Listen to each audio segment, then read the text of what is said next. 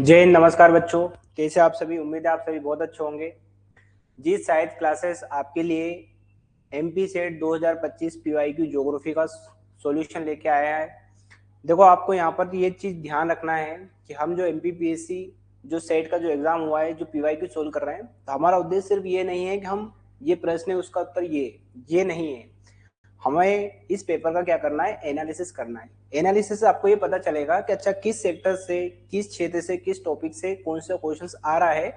आगे जो एमपीपीएससी का जो एपी का एग्जाम है जो जुलाई में होने वाला है आपका, किस प्रकार का प्रश्न पत्र आने वाला है, हम इस बात का एनालिसिस यहाँ पे करेंगे। ठीक है बच्चों, तो स्टार्ट करते हैं।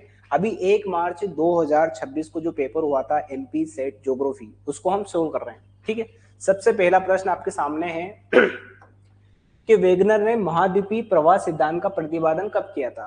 तो देखो, यहाँ पर आपसे एक डेट पूछी जा रही है और एमपीपीएससी के एग्जाम में हर साल 2 या 3 प्रश्न ऐसे आते हैं जो फैक्चुअल होते हैं, सिंपल सी डेट पूछी जाती है। ये देखो, सबसे पहला प्रश्न आपको यही दिख गया, डेट ही पूछ लिया आपने, कुछ भी नहीं पूछा कि महाद्वीपीय विस्थापन सिद्धांत क्या है, किसने दिया है, उसने सब बता दिया, बस ये पूछना चाह रहा है कब दिया। तो हमें क्या करना है, हमें थोड़ी हमारी जो मेमोरी पावर है वो भी बढ़ाना है। जब भी हम किसी चीज को पढ़े तो उसकी डेट हमें याद करना है। ऐसा नहीं है कि सबकी डेट याद करने लगे, पर जो बहुत ज्यादा इंपॉर्टेंट चीज है उनकी डेट तो हमें याद करना है। तो देखो यहाँ पर क्या है, वेगनर महोदय ने महाद्वीपीय प्रवाह सिद्धांत कब दिया था, तो आपको पता है ये कब दिया था, 1912 को दिया था। कब दिया था, ठीक है, ये बात याद रहेगी आपको, ये डेट याद रखना है आपको, 1912 के अंदर दिया था। अब देखो, वेगनर का महाद्वीपीय सिद्धांत आखिर होता क्या है। वैसे तो इसको महाद्वीपीय हम विस्थापन सिद्धांत कहते हैं, प्रवाह नहीं बोलते हैं। महाद्वीपीय प्रवाह जो सिद्धांत दिया था उसने, वो किसने दिया था, टेलर महोदय ने दिया था। ठीक है, पर आपको अंदर नहीं घुसना है इसके अंदर, क्या होता है कैसा होता है, ये हमारी जो बैच है MP geography AP assistant professor की, उसके अंदर हम सब डिटेल में पढ़ाते हैं। ठीक है, ये बात याद रहेगी। फिर देखो, इसी महाद्वीपीय विस्थापन सिद्धांत के बाद एक और सिद्धांत आया था, आपने पढ़ा होगा, जिसको हम बोलते हैं प्लेट टेक्टोनिक सिद्धांत। ये आया था 1965-66 के अंदर। ठीक है, अब किसने दिया है, क्या दिया है, अभी ये डिस्कशन का विषय नहीं है, पर सिंपल सी बात पूछी। देखो, इतना सिंपल सा प्रश्न पूछा गया है आपसे कि कितनी प्रकार की सीमाएं होती है। सोचो कितना बेसिक सा प्रश्न पूछा जा रहा है, कितना बेसिक सा। 5 से 7 प्रश्न होंगे जो टफ थे 100 क्वेश्चन के अंदर से, बाकी बहुत ही इजी पेपर आपको लगेगा ये। तो कितनी प्रकार की सीमा होती है, 3 प्रकार की सीमा होती है। कितनी प्रकार की होती है, 3 प्रकार की सीमा कैसी होती है, आपको पता है। एक सीमा जो होती है उसको बोलते हैं अभिसारी सीमा। क्या बोलते हैं हम, अभिसारी, कन्वर्जेंस प्लेट। फिर एक और जो होती है उसको बोलते हैं अपसारी, जब दो प्लेटें आपस में टकराती है, जब दो प्लेटें आपस में टकराती है उसको क्या बोलते हैं हम, इसको बोलते हैं अभिसारी, जब पास में आ रही हो। एक होती है अपसारी, जब दो प्लेटें एक दूसरे से दूर जाए उसको क्या बोलते हैं, अपसारी। जैसे 2 प्लेट है, एक प्लेट ये है, एक प्लेट ये, दूर जा रही है एक दूसरे से। ठीक है, अब यहां पर क्या बनेगा, यहां पर क्या बनेगा, ये आगे हम पढ़ेंगे। फिर एक होती है संरक्षी। ये 3 प्रकार के किनारे होते हैं प्लेटों के। संरक्षी का मतलब क्या होता है कि दोनों प्लेट ना तो टकरा रही है ना दूर जा रही है, बल्कि एक दूसरे के क्या चल रही है, समानांतर चल रही है, घिसा के चल रही है। बात याद रहेगी। तो इस ऐसे जो प्लेट का अभिसरण होता है उसमें भूकंप भूकंप आते हैं। तो ये बहुत इंपॉर्टेंट टॉपिक है। तो आपने सिंपल सा पूछा था कितनी प्रकार की प्लेटें सीमाएं होती है, तो 3 प्रकार की सीमाएं होती है। ये भी बहुत सिंपल सा प्रश्न था। फिर देखो, एक फैक्चुअल प्रश्न है आपके सामने यहाँ पर कि 10,000 को ना, यहाँ पे क्या बोला है, थोड़ा सा हिंदी भाषा का ज्यादा प्रयोग किया गया है। यहाँ पे बोला गया है कि 10 सहस्त्र, 10 सहस्त्र का मतलब होता है 1000, 10,000 धूम्र घाटी, 10,000 धुआंरी की घाटी हम किसको कहते हैं। तो आपने ये फैक्चुअल में वर्ल्ड ज्योग्राफी अगर आपने पढ़ा हो तो उसके अंदर ये पढ़ते हैं हम, जो अलास्का है, अलास्का में जो घाटी है उसको क्या बोलते हैं हम, 10,000 धुआंरों की घाटी कहते हैं अलास्का को। ये फैक्चुअल प्रश्न है, बहुत ज्यादा कोई इसमें दिमाग लगाने की आवश्यकता नहीं। फिर देखो, अगला प्रश्न आपके पास है कि किसने कहा कि स्थल रूप संरचना प्रक्रम एवं समय का प्रतिकूल है।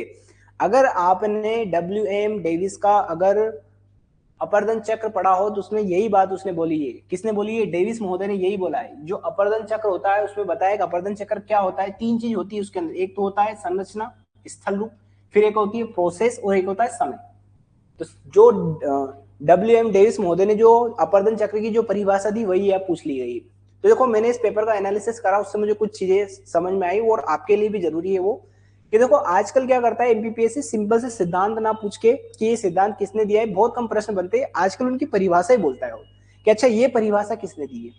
तो जितनी भी आप पढ़ रहे हो, जो भी परिभाषा पढ़ते हो, आपको याद रखना है कि किस भूगोलवेत्ता ने कौन सी परिभाषा दी है। मैं भी बताऊंगा आपको, 4 से 5 प्रश्न ऐसे आए हैं जो डायरेक्ट परिभाषा से प्रश्न आए, ये परिभाषा दे दी, बोले किस महोदय ने ये दी है। जब भी आप पढ़ो, जब भी आप भौगोलिक चिंतन के अंदर जब भी आप पढ़ो, जो भी भूगोलवेत्ता है किसने क्या बात कही है ये आपको याद रखना है, क्योंकि आपको आगे जो एपी का जो पेपर होगा ना उसमें भी जो भौगोलिक चिंतन वाली जो यूनिट है हमारी उसमें ऐसे ही प्रश्न आपको देखने को मिलेंगे। एक तो ये हो गया। दूसरा, जो भूगोलवेत्ता उनकी जो पुस्तक है, जिस पुस्तक के अंदर उन्होंने सिद्धांत दिया वो पुस्तक बहुत इंपॉर्टेंट हो जाती है। वैसे तो भूगोलवेत्ता की बहुत सारी पुस्तकें हैं, सब पुस्तकें आपको याद करने की आवश्यकता नहीं है। जिस पुस्तक के अंदर उन्होंने अपने सिद्धांत की व्याख्या करी वो पुस्तक बहुत इंपॉर्टेंट होती है। तो डायरेक्ट आप तो मेज दी कॉलम आ जाता है, अच्छा ये भूगोलवेत्ता, किस भूगोलवेत्ता की पुस्तक क्या है, आगे मैं बताऊंगा। ये दो टॉपिक आपको बहुत अच्छे से करके जाना है, आपको बहुत सहूलियत मिलेगी एपी के एग्जाम के अंदर। ठीक है, ये मैं बता रहा हूं, मैं आपको बताऊंगा कि देखो क्या पेपर आया है। ठीक है, तो ये बताए तो सिंपल सी परिभाषा ये किसने दी थी, WM डेविस महोदय ने। इसके बाद ही डेविस के बाद ही एक और सिद्धांत आया था जो पेंग महोदय का, ये भी अपरदन चक्र से संबंधित है। डेविस महोदय ने जो सिद्धांत दिया था समय पर आधारित, देखो ये समय का प्रतिफल बोल रहा है, जबकि पेंग ने बोला कि ऐसा नहीं है, समय के अनुसार कोई चीज नहीं होती है। ठीक है, ये बात याद रखना है आपको। फिर देखो अगला बहुत ही बेसिक सा प्रश्न था कि भूस्खलन होता है, भूस्खलन जिसको हम लैंडस्लाइड बोलते हैं, आप मुझे बताओ भूस्खलन कहाँ पे होगा। और आपने घटना, अगर आप थोड़े से भी जागरूक नागरिक है अगर, तो आपने अक्सर अखबारों के अंदर जब वर्षा होती है उस समय सुना होगा कि जो हमारा उत्तराखंड वाला क्षेत्र है वहां पे भूस्खलन हो गया, भूस्खलन हो गया। तो भूस्खलन कहाँ होता है, जो पर्वतीय क्षेत्र होता है, ये जैसे पर्वत है, अब पर्वतीय क्षेत्र में क्या होता है, यहाँ पर जैसे मान लो कोई मान लो यहाँ पर क्या है, भूमि का हिस्सा है। अब आपको भी पता है जब बहुत ज्यादा हेवी वर्षा होती है, बहुत ज्यादा क्या होती है भीषण या भारी वर्षा होती है, तो इससे ये जो मिट्टी होती है बहुत ज्यादा क्या हो जाती है ढीली हो जाती है। और इसके ऊपर क्या लग रहा है, गुरुत्वाकर्षण बल लग रहा है, तो तुरंत ऊपर से नीचे आ जाएगा। ये यहाँ का जितना भी हिस्सा है तुरंत कहाँ पे आ गया, नीचे। इसी को बोलते हैं हम भूस्खलन। तो भूस्खलन कहाँ पे होगा, देखो मरुस्थलीय क्षेत्र में होगा। क्या कहाँ से होगा, मरुस्थलीय क्षेत्र में। मरुस्थलीय क्षेत्र तो मैदान वाला है, ये बालू मिट्टी वाला है। यहाँ तो पवन द्वारा क्या होता है, अपक्षय पड़ता है। मैदान में भूस्खलन होता है क्या, नहीं होता है। पठारी क्षेत्र में होता है क्या, नहीं होता है। कहाँ पे होता है, पर्वतीय क्षेत्र में। बहुत ही बेसिक सा प्रश्न था ये, अगर हम थोड़े से भी जानकार है अगर भूगोल के, तो ये प्रश्न वैसे भी हम कर सकते हैं। ठीक है, बड़े आगे इंग्लिश में भी देखते चलना आपने। देखो लैंडस्लाइड ऑकर्स इन, कहाँ पे होगा, माउंटेन। ठीक है, फिर देखो ये अगला प्रश्न आया। तो देखो मैं आपको एक और बात कहना चाहता हूं कि जो अपरदन चक्र है इसमें अपरदन निक्षेपणात्मक जो आकृतियां होती है, तो देखो आपको नदी द्वारा जो स्थलाकृतियों का जो निर्माण किया जाता है, फिर हिमानी द्वारा जो स्थलाकृतियों का निर्माण किया जाता है, फिर पवन द्वारा और समुद्र द्वारा। ये चार कारक बहुत ज्यादा इंपॉर्टेंट है, आपके एवरग्रीन टॉपिक है, हर साल यहाँ से प्रश्न आता है। आप यूजीसी नेट दीजिए, सेट दीजिए, एपी दीजिए, किसी भी स्टेट का आप एपी दीजिए, हमेशा ये टॉपिक आपको मिलेंगे। और सबसे ज्यादा परेशान करने वाले टॉपिक आपको यही लगेंगे, पर बहुत सिंपल है, एक बार धैर्य के साथ इनको पढ़ लोगे सब समस्या के जड़ का समाधान हो जाएगा आपका। यही पूछा है, देखो छत्रक शिला स्थलाकृति है, अगर आपको ये पता है छत्रक शिला कौन बनाता है, तो ये छत्रक शिला जो आकृति होती है वो बनाती पवन। और आपको भी पता है कि पवन जो सबसे ज्यादा स्थलाकृति का निर्माण कहाँ करता है, मरुस्थलीय क्षेत्र में, जो शुष्क अर्ध शुष्क क्षेत्र होता है वहां पे। तो छत्रक शिला आकृति कहाँ पे मिलेगी आपको, शुष्क अर्ध शुष्क क्षेत्र के अंदर। ठीक है, ऐसे आपको नदी द्वारा स्थलाकृति और हिमालय द्वारा स्थलाकृति भी पढ़ना है कि कौन कौन सी स्थलाकृति का निर्माण करती है। हो सकता है आप आगे जो एपी का एग्जाम है उसके अंदर यही देखने को मिले आपको। आपको ये नहीं देखना है कि छत्रक शिला स्थलाकृति शुष्क प्रदेशों में बनती है, ये तो इस प्रश्न का उत्तर हो गया। इससे आपको कोई फायदा नहीं होने वाला। फायदा कब होने वाला है, जब आप ये समझ लोगे कि पवन किस किस स्थलाकृति का निर्माण करती है, नदी किस किस स्थलाकृति का निर्माण करती है, हिमानी किस किस स्थलाकृति का निर्माण करती है, और कौन सी अपरदनात्मक स्थलाकृति है और कौन सी निक्षेपणात्मक स्थलाकृति है। अगर इतना पढ़ लोगे ना आप, तो मैं बता रहा हूं अपरदन चक्र से जितने भी प्रश्न बनेंगे ना आपका सब बनेगा। ठीक है, बढ़े आगे, मैं थोड़ा फास्ट करवा रहा हूं आपको। ठीक है, फिर देखो गोर्ज का निर्माण, देखो ये नदी से आया है, तो देखो आपको पता है जब नदी पर्वत से निकलती है, तो पर्वत से जब निकलती है देखो यहाँ पर इसका वेग बहुत ज्यादा होता है, बहुत तेज गति से नीचे आती है, क्योंकि ग्रेविटेशनल फोर्स लग रहा है इस पे। जब वेग बहुत ज्यादा होता है नदी का, तो देखो नदी यहाँ पर क्या करती है, जैसे मान लो ये स्थलखंड है, मान लो ये स्थलखंड है और नदी मान लो यहाँ से बह रही है, ऐसे बह रही है, तो नदी यहाँ पे क्या करेगी, वी आकार की आकृति का निर्माण करेगी। क्या करेगी, वी आकार की आकृति का। वी आकार की आकृति के क्यों निर्माण क्यों करेगी, क्योंकि देखो नदी का वेग बहुत ज्यादा है नीचे, तो नदी लंबवत अपरदन ज्यादा करेगी क्षैतिज अपरदन की तुलना में, तो वी आकार की घाटी बनती है। बाद में थोड़े समय के बाद ये वी आकार की गति, अभी शुरू में तो ये आकृति होती है, बाद में यही आकृति चौड़ी होने लगती है, इस टाइप से होने लगती है। तो जब वी आकार की घाटी बड़ी हो जाती है, विस्तृत हो जाती है, उसी को हम गोर्ज कहते हैं। तो बात समझे कि वी आकार का निर्माण होता है, तो कौन करता है वी आकार की घाटी का निर्माण, नदी द्वारा। वी आकार की जो घाटी होती है उससे गोर्ज बनता है, गोर्ज से भी आगे जाओगे आप तो कैनियन बनता है। ठीक है, तो हो सकता है आपसे यह पूछ ले एबी के एग्जाम में कि कैनियन का निर्माण कौन करता है, ये नदी द्वारा किया जाता है। तो देखो देखने को मिल गया ना आपको। तो आपको ये पता करना है कि कौन सा कारक किस प्रकार की स्थलाकृति का निर्माण करता है, बहुत इंपॉर्टेंट टॉपिक है, मैं बता रहा हूं आपको। ऐसे भूमिगत जल भी बहुत सारी शिलाकृतियों का निर्माण करता है, जैसे आपने गोलरंध्र सुना होगा, स्टेलेक्टाइट, स्टेलेग्माइट, इसे बहुत अंधघट, इनका सबका निर्माण कौन करता है? भूमिगत जल। हिमानी के अंदर जैसे सुना होगा आपने सर्क, ड्रमलिन का, एस्कर का, ये नाम सुने होंगे। भूकंप, भूकंप को शिलाकृति का निर्माण नहीं करता है, ठीक है, ये कारक याद करना आपको। ठीक है, बढ़े आगे। फिर देखो यहाँ पे बेसिक सा एक प्रश्न पूछा गया है आपसे कि अपक्षय के प्रकार बताओ, अपक्षय कितने प्रकार का होता है? तो देखो 3 प्रकार का होता है। एक तो जो होता है उसको बोलते हैं हम भौतिक, जैसे ताप दाब के कारण जो होता है उसको बोलते हैं भौतिक अपक्षय, जैसे चट्टान का अपने स्थान पर टूटना फूटना, ये कहलाता है अपक्षय। फिर एक होता है रासायनिक। रासायनिक का मतलब होता है जब क्रिया कर लेता है, जब जल मान लो कोई भी चीज क्रिया कर लेती है चट्टान के कणों से, तो उसको क्या बोलते हैं? रासायनिक। और एक होता है जैविक। जैविक के अंदर कौन आते हैं? हम आते हैं। जैसे मान लो हम चल रहे हैं पृथ्वी के ऊपर, जो पादप है, जो जीव जंतु है, जब पृथ्वी के ऊपर हम चलते हैं तो हमें एक क्या होता है? फ्रिक्शन होता है, घर्षण होता है। और घर्षण के कारण क्या होता है? वो जो चट्टान होती है ऊपर का हिस्सा क्या हो जाता है? टूट जाता है। उसी को क्या बोलते हैं? अपक्षय। कितने प्रकार का होता है अपक्षय? 3 प्रकार का। देखो ये बहुत बेसिक से प्रश्न बता रहा हूं मैं, बहुत बेसिक से, ठीक है। फिर देखो अगला प्रश्न आया, ये भी नदी से संबंधित प्रश्न है। देखो इसके अंदर ये पूछ रहा है कि प्राकृतिक तटबंध का निर्माण कौन करता है? जैसे नदी जब बहती है अपने मार्ग से, ये नदी बह रही है मान लो, तो नदी अपने किनारे पर ही अवसादों का क्या कर देती? जमाव कर देती। क्योंकि नदी जब बहती है, जब उसमें बाढ़ आती है तो क्या करती है? अवसादों को जमा कर देती, तो उसके तट बन जाते हैं, बांध की तरह बन जाते, उसी को बोलते हैं प्राकृतिक तटबंध। प्रकृति का मतलब प्रकृति ने खुद बना दिया, नदी ने खुद बनाया, हम बनाने नहीं गए। तटबंध का मतलब तट को बांध दिया उसने। ये काम कौन करता है? देखो बहता हुआ जल, बहते हुए जल को हम क्या बोलते हैं? नदी। तो देखो आपको 3-4 प्रश्न यही देखने को मिल गए सीधे सीधे नदी से संबंधित। हो सकता है आपकी एकीपी की एग्जाम के अंदर हिमानी से संबंधित शिलाकृतियां पूछे हुए कि हिमानी जो किस किस प्रकार की शिलाकृतियों का निर्माण करती है, ठीक है। ये natural levees are formed by, किसके द्वारा किया जाता है? रनिंग वाटर के द्वारा। ये भी प्रश्न बहुत सिंपल था।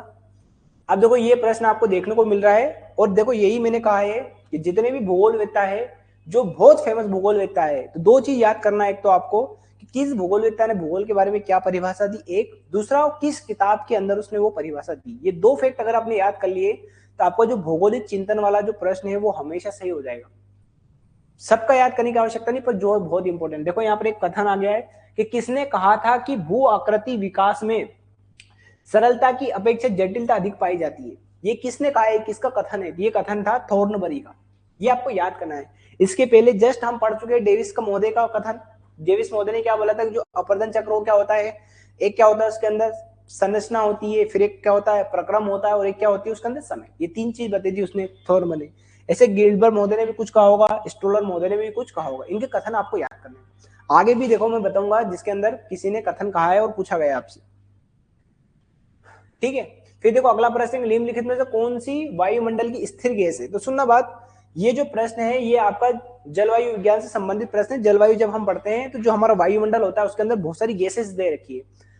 आपने सुना होगा नाइट्रोजन सबसे ज्यादा है, फिर उसके बाद ऑक्सीजन है, फिर ऑर्गन गैस है। तो देखो स्थिर गैस पूछ रहा है कि कौन सी गैस है जो स्थिर, स्थिर का मतलब जिसकी मात्रा बदल नहीं रही है। स्थिर का मतलब क्या होता है? जो गैस स्थिर, स्थिर का मतलब जिसकी मात्रा नहीं बदली। और ये देश देखो, ये गैसेस देखोगे ना, इसमें सबसे ज्यादा अक्रिय गैस कौन है? ऑर्गन। ऑर्गन एक क्या है? अक्रिय गैस। अक्रिय गैस का मतलब क्या होता है? जो किसी से रिएक्शन नहीं करती है, इनको हम अक्रिय गैस कहते हैं। देखो वैसे हीलियम भी अक्रिय गैस है, पर आपको पता है देखो कार्बन डाइऑक्साइड तो बदल रही है, हमें पता है। इसी के कारण तो देखो ग्लोबल वार्मिंग हो रही है, जलवायु परिवर्तन हो रहा है कार्बन डाइऑक्साइड के कारण। देखो इसकी मात्रा तो बदल रही है, चलो ये ऑप्शन नहीं आएगा। फिर देखो आपने सुना हाइड्रोजन। देखो वर्तमान के अंदर हम हाइड्रोजन का ही देखो ईंधन के रूप में उपयोग कर रहे हैं, और जब हम हाइड्रोजन का ईंधन के रूप में उपयोग करेंगे तो देखो हाइड्रोजन का हम निर्माण करेंगे। और हाइड्रोजन का निर्माण हम कैसे कर सकते हैं? जल से। जल क्या होता है? H2O ही तो होता है। एक एक अणु ऑक्सीजन का, 2 अणु किसके? हाइड्रोजन के। ये मिलके क्या बना? परमाणु, सॉरी अणु ना बोल के परमाणु। ये मिलके क्या बना रहे? जल। अब इसी में से मैं अलग कर लूंगा तो मेरी क्या बनेंगे? हाइड्रोजन। अभी वर्तमान में वायुमंडल के अंदर हाइड्रोजन की मात्रा बहुत कम है, हो सकता है थोड़े टाइम बाद इसकी मात्रा बढ़ने लगे। बात समझते? ये भी परिवर्तनशील है। हाइड्रोजन से ही हीलियम बनता है। जब हाइड्रोजन का हम उपयोग करेंगे तो हाइड्रोजन किसमें कन्वर्ट होगा? हीलियम के अंदर। तो हीलियम की मात्रा भी बदलेगी। तो कौन स्थिर है यहाँ पर? अक्रिय गैस में ऑर्गन। बात याद रहेगी। फिर देखो एक और अगला प्रश्न है आपके पास, उपसौर की स्थिति होती है। उपसौर तो देखो 2 चीज होती है। जैसे मान लो ये हमारा सूर्य है, ये हमारा सूर्य है, थोड़ा बड़ा बना देता हूं मैं, ये सूर्य है। मान लो ये हमारी पृथ्वी है। तो पृथ्वी, आपको पता है पृथ्वी सूर्य के चारों ओर दीर्घवृत्ताकार गोले में घूमती है, जिसको क्या बोलते हैं? Elliptical path. क्या होती है? इसको अंडाकार पाथ भी बोलते हैं, मार्ग बोलते हैं हम। ऐसे घूमती है वो। और जब इस टाइप से घूमती है तो इससे ऐसा होता है कि एक ऐसी स्थिति आती है जब पृथ्वी सूर्य के सबसे पास में होती है, और एक ऐसी स्थिति आती है जब पृथ्वी सूर्य से सबसे दूर में होती है। जब पृथ्वी सूर्य के सबसे पास में होती है उसको बोलते हैं उपसौर। क्या बोलते हैं उसको हम? उपसौर। तो आपसे यही कहना चाह रहा है कि उपसौर कब आएगा, और जब सबसे दूर होती है उसको बोलते हैं हम अपसौर। ये स्थिति का नाम है। बहुत ही बेसिक सा प्रश्न है, अगर आपने लुसेंट भी अगर पढ़ी होगी वर्ल्ड ज्योग्राफी के अंदर, तो ये हम जब ब्रह्मांड पढ़ते हैं उसके अंदर बहुत ही बेसिक चीज है। तो जब उपसौर की स्थिति होती है वो होती 3 जनवरी को, और अगर मान लो एपी के अंदर आपसे पूछ ले अपसौर की स्थिति कब होती है, तो देखो 4 जुलाई को। तो ऐसे याद करो, उपसौर छोटा है देखो तो 3 जनवरी, और अपसौर देखो इसकी तुलना में बड़ा है, देखो बड़ा है ना, तो 4 जुलाई। 6 महीने का डिफरेंस है दोनों के बीच में। ठीक है, हो सकता है कभी मान लो कभी फिर से सेट हो तो उसमें पूछ ले कि अपसौर की स्थिति कब होती है, तो 4 जुलाई को होती है, बात याद रहेगी। हो सकता है आपसे यही पूछ ले कि इनके बीच में दूरी कितनी होती है, उपसौर जब सूर्य और पृथ्वी के बीच में, अपसौर की स्थिति में सूर्य और पृथ्वी के बीच की दूरी कितनी होती है, आपसे ये पूछ सकता है। तो देखो जब भी आप प्रश्न सोल्व करो तो आप ये मत सोचिए कि इस प्रश्न का उत्तर ये, आप ये सोचिए कि अच्छा ये टॉपिक पूछा गया है तो अगला प्रश्न क्या बनेगा। जिस दिन आप ये सोच ले उस दिन आपका सिलेक्शन है।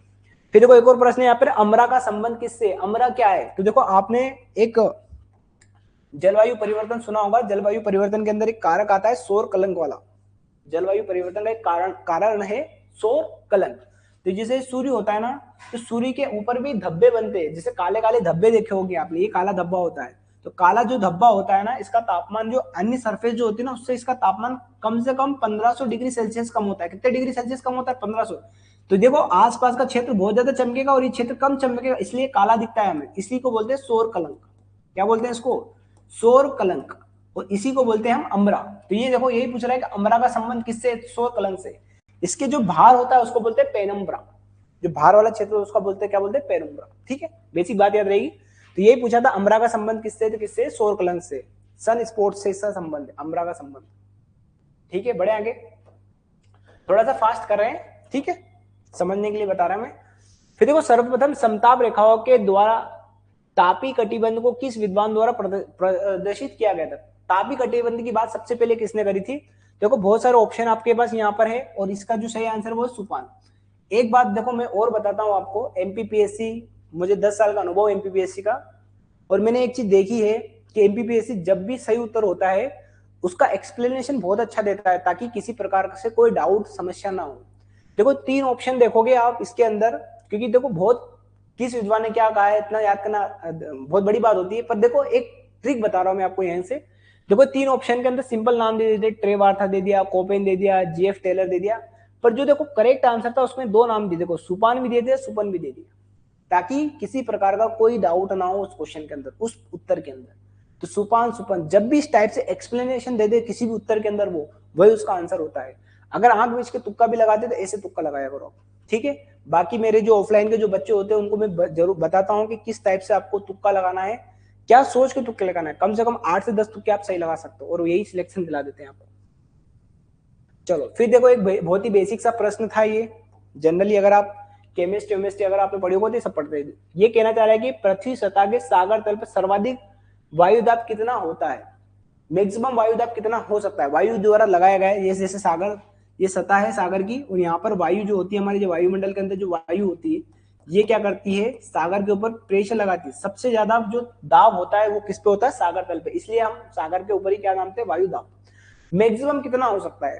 तो देखो अगर आपको ये पता भी नहीं होता ना, थोड़ा सा दिमाग लगाओ। देखो यहाँ पे ऑप्शन दे रखा है 1013.25 मिली बार, फिर 1015 मिली बार, फिर देखो 1310। अब देखो इतना तो हो ही नहीं सकता, 1000 तो आपने सुना होगा ना, एक एटीएम सुना होगा, एक एटीएम होता है ना, एक एटीएम का मतलब 1000 ही होता है वो। देखो ये तो ऑप्शन कट गया, ये भी ऑप्शन, इतना दाब हो जाए तो मरी जाएगा आदमी, कितना ज्यादा प्रेशर है। 2 ऑप्शन बचे देखो आपको, और आप खुद बताइए मुझे जो करेक्ट आंसर होता है, क्या ऐसे डाटा ले सकता है वो? उसके डिजिट के अंदर भी डिजिट आ रही देखो 113.25। तो वैसे भी ऑप्शन ऐसे लगा सकते हो आप, कभी कभी थोड़ा सा कॉमन सेंस से भी लगा सकते हो कि क्या आंसर हो सकता है, जरूरी नहीं सब चीज पता ही हो हमें। फिर देखो ये बहुत ही अच्छा प्रश्न था एक, मुझे लगता है कि ये अच्छा प्रश्न था एक, जिसमें पूछा गया है कि तड़ित झंझा जो बिजली गिरती है के जीवन चक्र की प्रथम अवस्था को क्या कहते हैं? तड़ित झंझा कब बनेगा? जब बादल बनेंगे। अब देखो बादल बनेंगे तो इसी को बोलते हैं कपासी मेघ अवस्था। ये तड़ित झंडा की पहले बादल बनेंगे तभी तो बिजली कड़केगी, क्योंकि आपस में बादल टकराएंगे, उनके बीच में क्या होगा? फ्रिक्शन, घर्षण होगा। घर्षण ही तो क्या है? बिजली, बिजली का कड़कना। तो पहली अवस्था क्या है? कपासी मेघ अवस्था। चलो आगे बढ़े। एल नीनो किस भाषा का शब्द है? बताओ, कुछ नहीं पूछ रहा है उसको, और कुछ मिला ही नहीं उसको एल नीनो से संबंधित। बताओ, एल नीनो कितना बड़ा टॉपिक है, कितना कुछ पूछ सकता हूँ मैं एल नीनो से संबंधित। यही पूछ रहा है किस भाषा का शब्द बताओ। ये स्पेनिश भाषा का शब्द है, क्योंकि स्पेनिश लोगों ने इसको पहली बार देखा था, इसको एल नीनो। अच्छा, एल नीनो का एक और नाम है, वो आप मुझे कमेंट करके बताइए कि एल नीनो को और हम क्या किस नाम से जानते हैं। ठीक है, और एल नीनो बहुत ज्यादा इंपॉर्टेंट टॉपिक है हमारे लिए, क्योंकि एल नीनो का भारतीय मानसून पर नकारात्मक प्रभाव पड़ता है। इसलिए एल नीनो पता होना चाहिए एल नीनो आखिर है क्या और भारतीय मानसून पर कैसा प्रभाव पड़ता है। इसका ही दूसरी इसकी बहन है ला नीनो, ये भी बहुत इंपॉर्टेंट है। जब हम पढ़ेंगे भारत का मौसम, उसके अंदर ये बहुत इंपॉर्टेंट है। ठीक है, किस भाषा का शब्द है? ये स्पेनिश भाषा का शब्द है। ठीक है, ये याद कर लेना, किस भाषा का शब्द है? स्पेनिश भाषा का शब्द। ठीक है, अगला प्रश्न देखो। अब देखो, ये भी बहुत सिंपल सा प्रश्न था। अगर आपने चक्रवात पढ़ा होगा, वायुमंडल की हम बात करें, जलवायु विज्ञान की बात करें, उसका नाम चक्रवात पढ़ते हैं।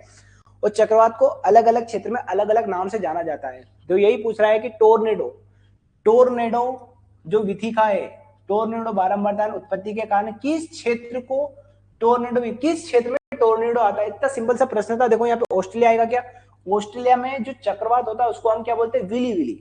ठीक है, ये याद करना है।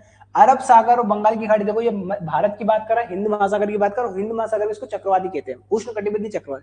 चीन सागर, चीन सागर के अंदर इसको टाइफून बोलते हैं। और आगे ये प्रश्न आया है, देखो कितना सिंपल सा प्रश्न था। अमेरिका के अंदर बोलते हैं इसको टोर्नेडो। एक और नाम है यहाँ पे बोलते हैं इसको हरिकेन भी बोलते हैं। ठीक है, तो अमेरिका के अंदर चक्रवात को क्या नाम है? हरिकेन और टोर्नेडो। तो क्या आंसर हमारा D correct answer. Tornado, tornado विथिका कहते हैं। किसको कहते हैं? टोर्नेडो विथिका। ठीक है, यही बोला है देखो, due to repeated tornado origins and frequency which are is known as tornado valley. यहाँ पे वैली लिखा है, वहां पे विथिका लिखा है। ठीक है, तो सही आंसर क्या आ जाएगा? डी। फिर देखो यहाँ पे पूछा ध्रुवी वाता के सिद्धांत किसने प्रतिपादित किया था। अब देखो ये पूछ नहीं रहा आपसे कि ये होता क्या है, बस यही पूछ रहा है किसने दिया। ये ध्रुवी वाता के जो सिद्धांत है, ये देखो वी बर्कनीज और जे बर्कनीज, ये दोनों थे आपस में, इन्होंने क्या दिया था? ध्रुवी वाता के सिद्धांत दिया था, वी बर्कनीज तथा जे बर्कनीज ने। अब देखो थोड़ी देर पहले ही मैंने एक बात बताई थी आपको, जब भी करेक्ट आंसर आता है तो उसका देखो बहुत अच्छा एक्सप्लेनेशन, देखो कितना बड़ा नाम। बाकी जब देखो फिट्जरॉय, एक्सनर, ये अलग ही नाम देते, अलग ही पता चल जाता आंसर क्या है। ठीक है, बढ़े आगे, ए इज द करेक्ट आंसर। फिर देखो एक और प्रश्न है यहाँ पर, जो स्थानीय जो पवनें होती है उनसे संबंधित ये प्रश्न है। यहाँ पे पूछ रहा है कि निम्नलिखित में से किस पवन को हिमभक्षक पवन कहते हैं? हिम को खत्म कर देती है। देखो आपने देखा होगा, ये है अमेरिका हमारा, ये अमेरिका वाला क्षेत्र है। और यहाँ पर देखो रोकीज पर्वत है, इस रोकीज पर्वत के समानांतर एक पवन चलती है जिसको स्थानीय पवन, जिसको नाम है चिनुक।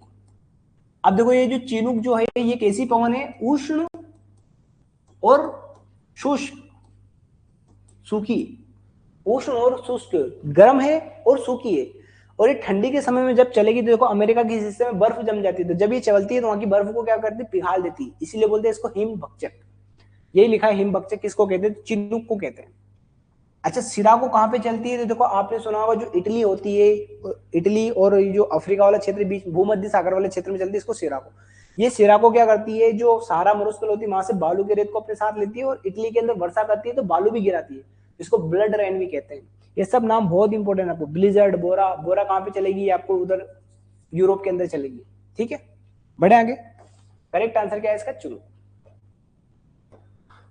ये भी एक बहुत अच्छा प्रश्न था, बहुत सिंपल सा प्रश्न था। इसके अंदर सिंपल सा पूछ रहा है कि उच्चतादर्शी वक्र के अनुसार, उच्चतादर्शी वक्र होता है उच्चावच के अनुसार महासागरीय सतह को ऊपर से नीचे तक व्यवस्थित की महासागरीय सतह होती है। बहुत सिंपल सा एक डायग्राम आपने देखा होगा, अगर बाकी में अगर ईमानदारी से पढ़ाई कर रहे हो तो देखो एक डायग्राम ऐसा मिला होगा आपको इस टाइप से, है ना? इस टाइप से एक डायग्राम मिला होगा आपको इस टाइप से। ठीक है, ये समुद्र तल है ये।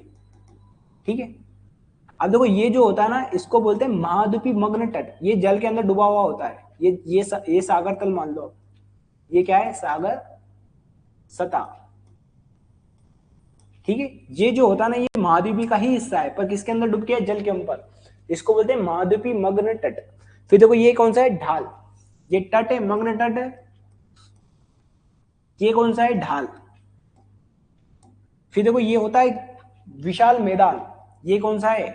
मैदान। और ये क्या है? यहाँ पे गर्त। गर्त मतलब होता है गड्ढा, ट्रेंच जिसको बोलते हैं। तो आपको यही पूछा था क्रम से जमा दो, उसने क्या बोला? देखो ऊपर से नीचे, ये ऊपर से नीचे जमाना, ये ऊपर है और नीचे तक जमाना। तो देखो सबसे पहले कौन आ जाएगा? महाद्वीपीय मग्न तट पहले नंबर पे आ जाएगा। फिर देखो दूसरे नंबर पे कौन आ जाएगा, महाद्वीपीय मग्न ढाल, ये दूसरे नंबर पे आ जाएगा। फिर गहरे समुद्री मैदान किस पे आ जाए, तीसरे नंबर पर। महासागरीय गर्त कौन से नंबर पर, 4। तो देखो इसमें लिखना है आपको 2, पहले नंबर पे यही है ना। फिर देखो दूसरे नंबर पे कौन सा, 4, 2 के बाद क्या आ जाएगा 4, ये 2 के बाद 4 आ गया। फिर कौन सा आ जाएगा 3, तीसरे स्तर में कौन सा है 3, और फिर पहला। सी इज अ करेक्ट आंसर। ठीक है, बात बहुत ही बेसिक सा प्रश्न, अगर आपने समुद्र विज्ञान अगर पढ़ा हो तो उसके अंदर सबसे पहला प्रश्न यही होता है, बहुत सिंपल सा। सी इज अ करेक्ट आंसर। फिर देखो अगला प्रश्न है यहाँ पर, ये भी बहुत ही सिंपल सा प्रश्न है समुद्र विज्ञान के अंदर। यहाँ पे ये बोला है कि जो अटलांटिक, जो मध्य अटलांटिक जो श्रेणी है, तो देखो आपने सुना होगा ये मध्य अटलांटिक श्रेणी होती है, इधर क्या है, आपको यूरोप पड़ता है, नीचे अफ्रीका, इधर क्या उत्तरी अमेरिका, इधर क्या है दक्षिण अमेरिका। ये कौन सा सागर है, अटलांटिक सागर है। और इसके बीचों बीच में एक क्या है, कटक है, जिसको हम क्या बोलते हैं, मध्य अटलांटिक कटक। ठीक है, अब जो मध्य अटलांटिक कटक 2 भागों में बटा हुआ है, ये 0 डिग्री विषुवत रेखा, इसके 2 भाग है, एक उत्तर वाला भाग है और एक दक्षिण वाला भाग है। वो यही पूछ रहा है कि उत्तर वाले भाग को किस नाम से जाना जाता है, इसको बोलते हैं डॉल्फिन नोच, डॉल्फिन राइज, सॉरी क्या बोलते हैं इसको, डॉल्फिन, उत्तर वाले क्षेत्र को। ये जो नीचे वाला क्षेत्र है जो मध्य अटलांटिक कट है, उसके दक्षिणी भाग को हम चैलेंजर राइज बोलते हैं। हो सकता है आपसे यही पूछ ले, ये उत्तरी भाग को क्या बोलते हैं, डॉल्फिन राइज, और दक्षिणी भाग को क्या बोलते हैं हम, चैलेंजर राइज। ये जो उत्तर वाला जो क्षेत्र है, इसी के अंदर टेलीग्राफ का पठार भी आता है। तो ये भी प्रश्न कई बार पूछा गया है कि टेलीग्राफ का पठार कहां पर है, तो टेलीग्राफ का पठार कहां पर है, अटलांटिक महासागर में। और अटलांटिक महासागर में भी कहां पर है, उत्तरी अटलांटिक महासागर में। क्योंकि टेलीग्राफ पठार क्यों बोल रहे हैं कि उत्तरी अमेरिका और यूरोप के बीच में बहुत सारी यहाँ पे तार लाइन्स बिछी हुई है, ऑप्टिकल फाइबर्स बिछी, इसलिए बोलते हैं टेलीग्राफ। ठीक है, इसका करेक्ट आंसर क्या है, डॉल्फिन राइज। अगला प्रश्न है, निम्नलिखित में से कौन सी एक उष्ण धारा है, गर्म धारा है, ये जलवायु धाराओं से संबंधित, गर्म जल धाराओं से संबंधित प्रश्न है। देखो इसमें देखोगे आप, गल्फ स्ट्रीम आपने सुना होगा, स्ट्रीम नाम, स्ट्रीम मतलब सबसे ज्यादा शक्तिशाली जल धारा होती है स्ट्रीम, गल्फ स्ट्रीम का नाम सुना। गल्फ स्ट्रीम क्या है, गर्म। ये कहां पे चलती है, अटलांटिक महासागर। ये जैसे अटलांटिक महासागर, ये जैसे इधर यहाँ पर ये क्या है, अमेरिका है, ये देखोगे ना इधर, ये अमेरिका वाला क्षेत्र है, ये अमेरिका वाला क्षेत्र है, और ये कौन सा है, दक्षिण अमेरिका वाला क्षेत्र। और ये क्या है, यहाँ पर देखो विषुवत रेखा, ये यहाँ पर जो रेखा, यहाँ पे जो जलधारा चलती है इधर विषुवत रेखा के उत्तर में, तो उत्तरी विषुवती जलधारा बोलती है, ये गर्म होती है। एक जस्ट इसके नीचे है जिसको क्या बोलते हैं, दक्षिणी विषुवती जलधारा, ये भी गर्म होती है। और एक जस्ट इनके विपरीत चलती है, उसको बोलते हैं प्रति विषुवती जलधारा, ये भी गर्म होती है। ये जब विषुवती जो जलधारा है, उत्तरी विषुवती जलधारा, ये जब आगे बढ़ती है, यहाँ पर देखो अमेरिका के बहुत सारे आपको यहाँ पे द्वीप मिलेंगे छोटे छोटे, जैसे कैरिबियन द्वीप होते हैं, यहाँ पे जलधारा 2 भागों में बढ़ जाती है। तो देखो यहाँ पे एक जलधारा मिलेगी आपको, जिसको बोलते हैं फ्लोरिडा की जलधारा, ये भी गर्म जलधारा है। और यहाँ से एक आगे जो चलती है, इसी को बोलते हैं गल्फ स्ट्रीम। गल्फ की खाड़ी सुना होगा आपने, अमेरिका में, कैरिबियन सागर के पास में, यहाँ पे जो जलधारा चलती है उसको बोलते हैं गल्फ स्ट्रीम। और ये जलधारा कैसी है, गर्म। बाकी सब ठंडी। ये जो चलती है देखो, ये यूरोप है, इधर हिस्सा कौन सा, यूरोप। यूरोप में यहाँ पे चलती है कनारी वाली, स्पेन के पास में चलती कनारी जलधारा। लेब्राडोर जलधारा ये यहाँ से चलती, देखो आपको पता है ये कनाडा वाला क्षेत्र है, यहाँ पे ठंडा क्षेत्र है, यहाँ से जो जलधारा आएगी वो किस चलेगी, लेब्राडोर। फोकलैंड, देखो फोकलैंड यहाँ पर है, ये भी कैसी जलधारा है, ठंडी जलधारा।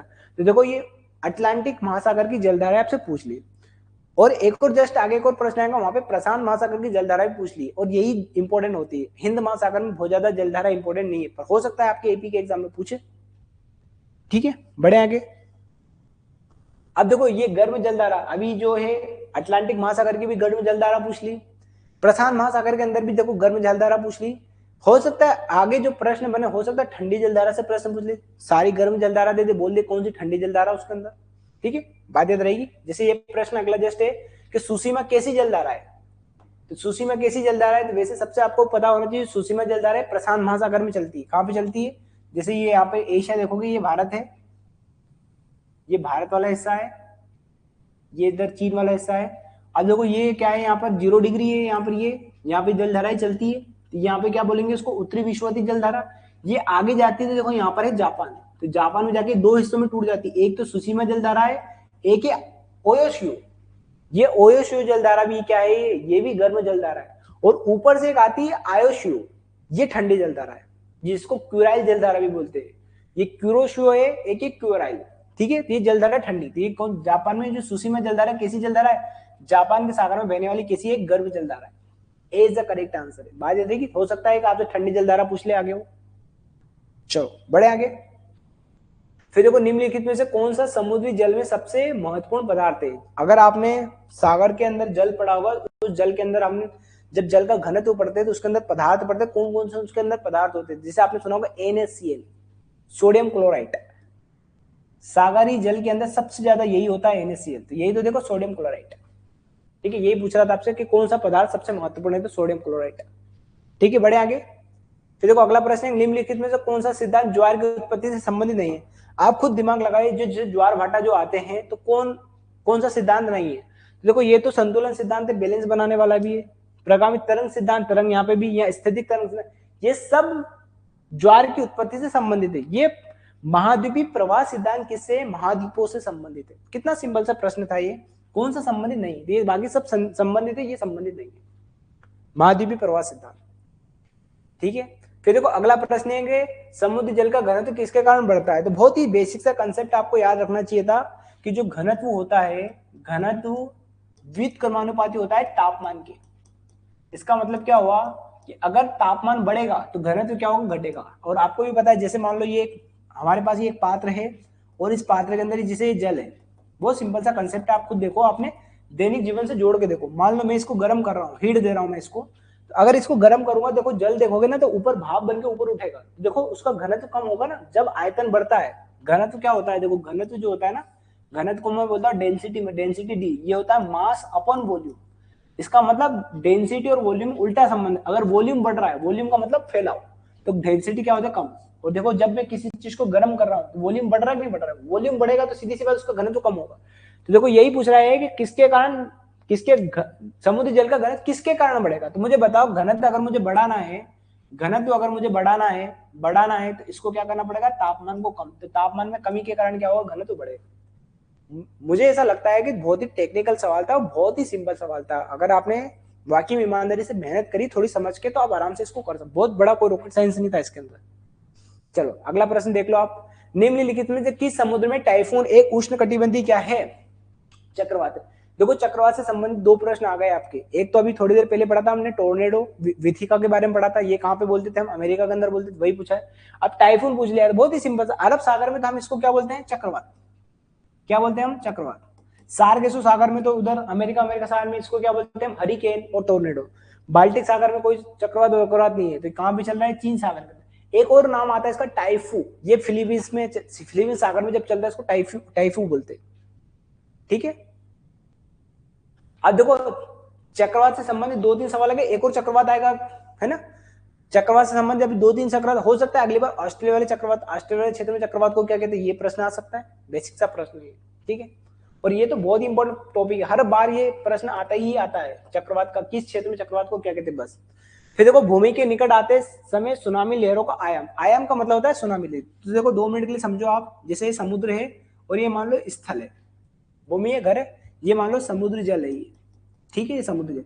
मान लो यहाँ पर कुछ भी घटना घटी, मान लो जैसे यहाँ पे मान लो भूकंप आया, जैसे प्लेट टेक्टोनिक हुआ, तो भूकंप आएगा तो यहाँ से ऊर्जा निकलेगी, तो ऊर्जा जब निकलेगी तो इसको धक्का देगी, तो ये पानी को धक्का मिलेगा। अब देखो पानी ऊपर उठेगा कि नहीं उठेगा, ये पानी ऊपर उठ रहा है। अब देखो पानी बहुत ज्यादा, पानी ऊपर उठेगा, ऐसा थोड़ी थोड़ा सा पानी, बहुत पानी, तो पानी को अभी चलने के लिए बहुत। अब देखो यहाँ पर देखोगे ना इसको, समुद्र में यहाँ पर आया, तो देखो यहाँ पे आपको पता ही नहीं चलेगा कि यहाँ पे कुछ लहर भी आई है, भूकंप आया, पता ही नहीं चलेगा आपको। पर जैसे जैसे पास में आएगा ना, देखो इसको जो चलने के लिए जो जगह होगी ना, वो जगह बहुत कम हो जाएगी। देखो यहाँ पर आते आते क्या हो जाएगी, जगह बहुत कम हो जाएगी। देखो अब ऊर्जा तो बहुत पास है, तो जैसे जैसे पास में आएगा इसकी लहरें ऊपर उठती जाएगी, जैसे जैसे समुद्र, क्योंकि लहर में ऊर्जा तो इतनी है ना, लहर तो इतनी बड़ी ना, पर समुद्र में थी तो दिख नहीं रही थी, जैसे जैसे ऊपर आएगी ऊपर उठती जाएगी। तो सीधी सी बात है, वो यही पूछ रहा है कि सुनामी लहरों का आयाम, भूमि के निकट आएंगे तो आयाम क्या होगा, देखो यहाँ पर बढ़ेगा। तो आयाम क्या होता है, बढ़ता है, घटता है, स्थिर रहता है, स्थिर तो रहेगा ही, ये तो वैसे कट लिया। अदृश्य होता है मतलब देख ही नहीं पाएंगे, देख पाएंगे, ऐसा हो ही नहीं सकता कि देख। जब भी सुनामी आती है तो बहुत लंबी लंबी लहरें आती है, आप वीडियो देखना सुनामी का, देखो आप पता चलेगा जब सुनामी आती है कितनी ऊंची ऊंची लहर आती है। ठीक है, तो क्या होगा, आयाम बढ़ता है। फिर देखो अगला प्रश्न है, समुद्र के औसत स्तर में वृद्धि का सीधा प्रभाव पड़ेगा। बहुत ही सिंपल सा प्रश्न था ये, क्लाइमेट चेंज से संबंधित इसका प्रश्न समझ सकते हो। जैसे समुद्र जल है, ये समुद्री जल स्तर है, ये भूमि है, ये जल स्तर। अगर मान लो जल स्तर बढ़ेगा तो क्या क्या होगा, तो आप मुझे बताओ जल स्तर क्यों बढ़ता है, ग्लोबल वार्मिंग के कारण, तापमान बढ़ने के कारण। और तापमान बढ़ेगा तो सीधी सी बात है, जो हमारा जो वर्षा चक्र है वो पूरा बदल जाएगा, वर्षा चक्र पूरा बदल जाएगा, तो कृषि पे प्रभाव पड़ेगा कि नहीं पड़ेगा, बिल्कुल पड़ेगा। अब अगर कृषि पे प्रभाव पड़ेगा तो जनसंख्या पे भी प्रभाव पड़ेगा। आप खुद देखो ना, जैसे भारत में गंगा का मैदान, वहां पे जनसंख्या बहुत है। वहीं पे आप राजस्थान में देख लो, राजस्थान का जो पश्चिमी जो राजस्थान वाला क्षेत्र है, जहाँ थार का मरुस्थल, वहां पे जनसंख्या बहुत कम है। क्यों? क्योंकि वर्षा नहीं हो रही, खेती बाड़ी नहीं होगी, पानी रहने के लिए बहुत विकट परिस्थितियां है, तो क्यों रहेंगे लोग? प्रभाव पड़ेगा जनसंख्या पे, ये भी बात समझ। जल उपलब्धता पर प्रभाव तो पड़ेगा ही पड़ेगा ना, क्योंकि पूरा क्लाइमेट चेंज होगा, तो वर्षा की मात्रा कहीं पे ज्यादा कहीं पे कम। पर शिक्षा पर क्या, शिक्षा का जल स्तर बढ़ने से कोई लेना देना है? क्यों, शिक्षा तो हम कहीं पे भी ले सकते हैं, शिक्षा का इन सबसे कोई लेना देना नहीं। तो कौन सा ऑप्शन नहीं आएगा? बस चौथा। तो चौथा वाला हटा दो, ये चौथा वाला हटा दिया मैंने, क्या बच गया मेरे? एक, दो और किस पे सीधा प्रभाव पड़ेगा? कृषि पे प्रभाव पड़ेगा, जनसंख्या वितरण पे प्रभाव पड़ेगा और जल उपलब्धता पे प्रभाव पड़ेगा। बस किस पे प्रभाव नहीं पड़ेगा? शिक्षा पर। तो देखो, इससे एक चीज समझ में आई आपको, जब भी इस प्रकार के प्रश्न आते हैं किस पे प्रभाव पड़ेगा नहीं, तो एक ऑप्शन ऐसा होता है जिसपे कोई प्रभाव नहीं पड़ता, उस ऑप्शन को तलाश लो बस। जैसे मैंने तलाश कर लिया कि भाई चौथा जो है उस पर प्रभाव नहीं पड़ेगा, ठीक है, तो बस चौथे को हटा दिया, देखो मेरा आंसर आ गया। देखो, आप चौथे को हटाने से ही मेरा आंसर आ गया। तो बहुत सारे बच्चों को हो सकता लगे इस टाइप के प्रश्न बहुत कठिन लग रहे हो, और बहुत बच्चे ऐसे होते हैं, आता सब है उनको, पर प्रश्न जब ऐसा आता है तो वो वैसे कंफ्यूज हो जाते हैं। कंफ्यूज होने की जरूरत ही नहीं, आपको एक ऑप्शन ऐसा तलाश लेना है कि बस इस पे प्रभाव नहीं पड़ेगा या इस पे प्रभाव पड़ेगा, बस उसको तलाश के अपने आंसर ढूंढोगे तो आपकी जंग वैसे जीत जाओगे आप। चलो बढ़े आगे। फिर देखो, ये करंट वाला मुझे लगता है थोड़ा सा अच्छा क्वेश्चन था, थोड़ा करंट वाला क्वेश्चन भी था, हो सकता है ये किसी से ना बने। तो देखो, यहाँ पे पूछ रहा है कि 2021 तक वैश्विक अवलोकन के आधार पर वायुमंडल में ग्रीन हाउस गैसों की स्थिति किसने प्रकाशित करी है? तो देखो, आप खुद मुझे बताइए ऑप्शन देखकर। जैसे यहाँ पे लिखा संयुक्त राष्ट्र पर्यावरण कार्यक्रम, हाँ चलो, ये पर्यावरण से संबंधित ही हो सकता है, अभी 2 मिनट के लिए मैं देखूंगा। क्या विश्व स्वास्थ्य संगठन ये मौसम में क्या क्या हो रहा है इससे संबंधित क्या है? इसका तो स्वास्थ्य से लेना देना है ना, ये तो वैसे ही नहीं आएगा। बात समझ में आ गई? फिर देखो, यहाँ पे लिखा विश्व मौसम विज्ञान संगठन, देखो वायुमंडल के अंदर जब भी कोई घटना घटती ना, यही जिम्मेदार उसके लिए, विश्व मौसम विज्ञान संगठन, IMO इसको बोलते हैं, इंटरनेशनल मेट्रोलॉजिकल ऑर्गेनाइजेशन, ठीक है, ऑर्गेनाइजेशन। बात समझ गई आपको? तो यही इंपॉर्टेंट है, तो मौसम से संबंधित है, और वायुमंडल में क्या है? मौसम। तो किसने जारी करा था इसने? विश्व मौसम विज्ञान संगठन द्वारा। वैसे सोच समझ के भी आप लगा सकते थे इसका उत्तर। ये IPCC, आपने सुना होगा कि 1992 के अंदर पृथ्वी सम्मेलन हुआ था, कहां पे हुआ था? ब्राजील का एक शहर था, रियो डी जेनेरो, ठीक है। उसके अंदर 3 निर्णय लिए गए थे, एक था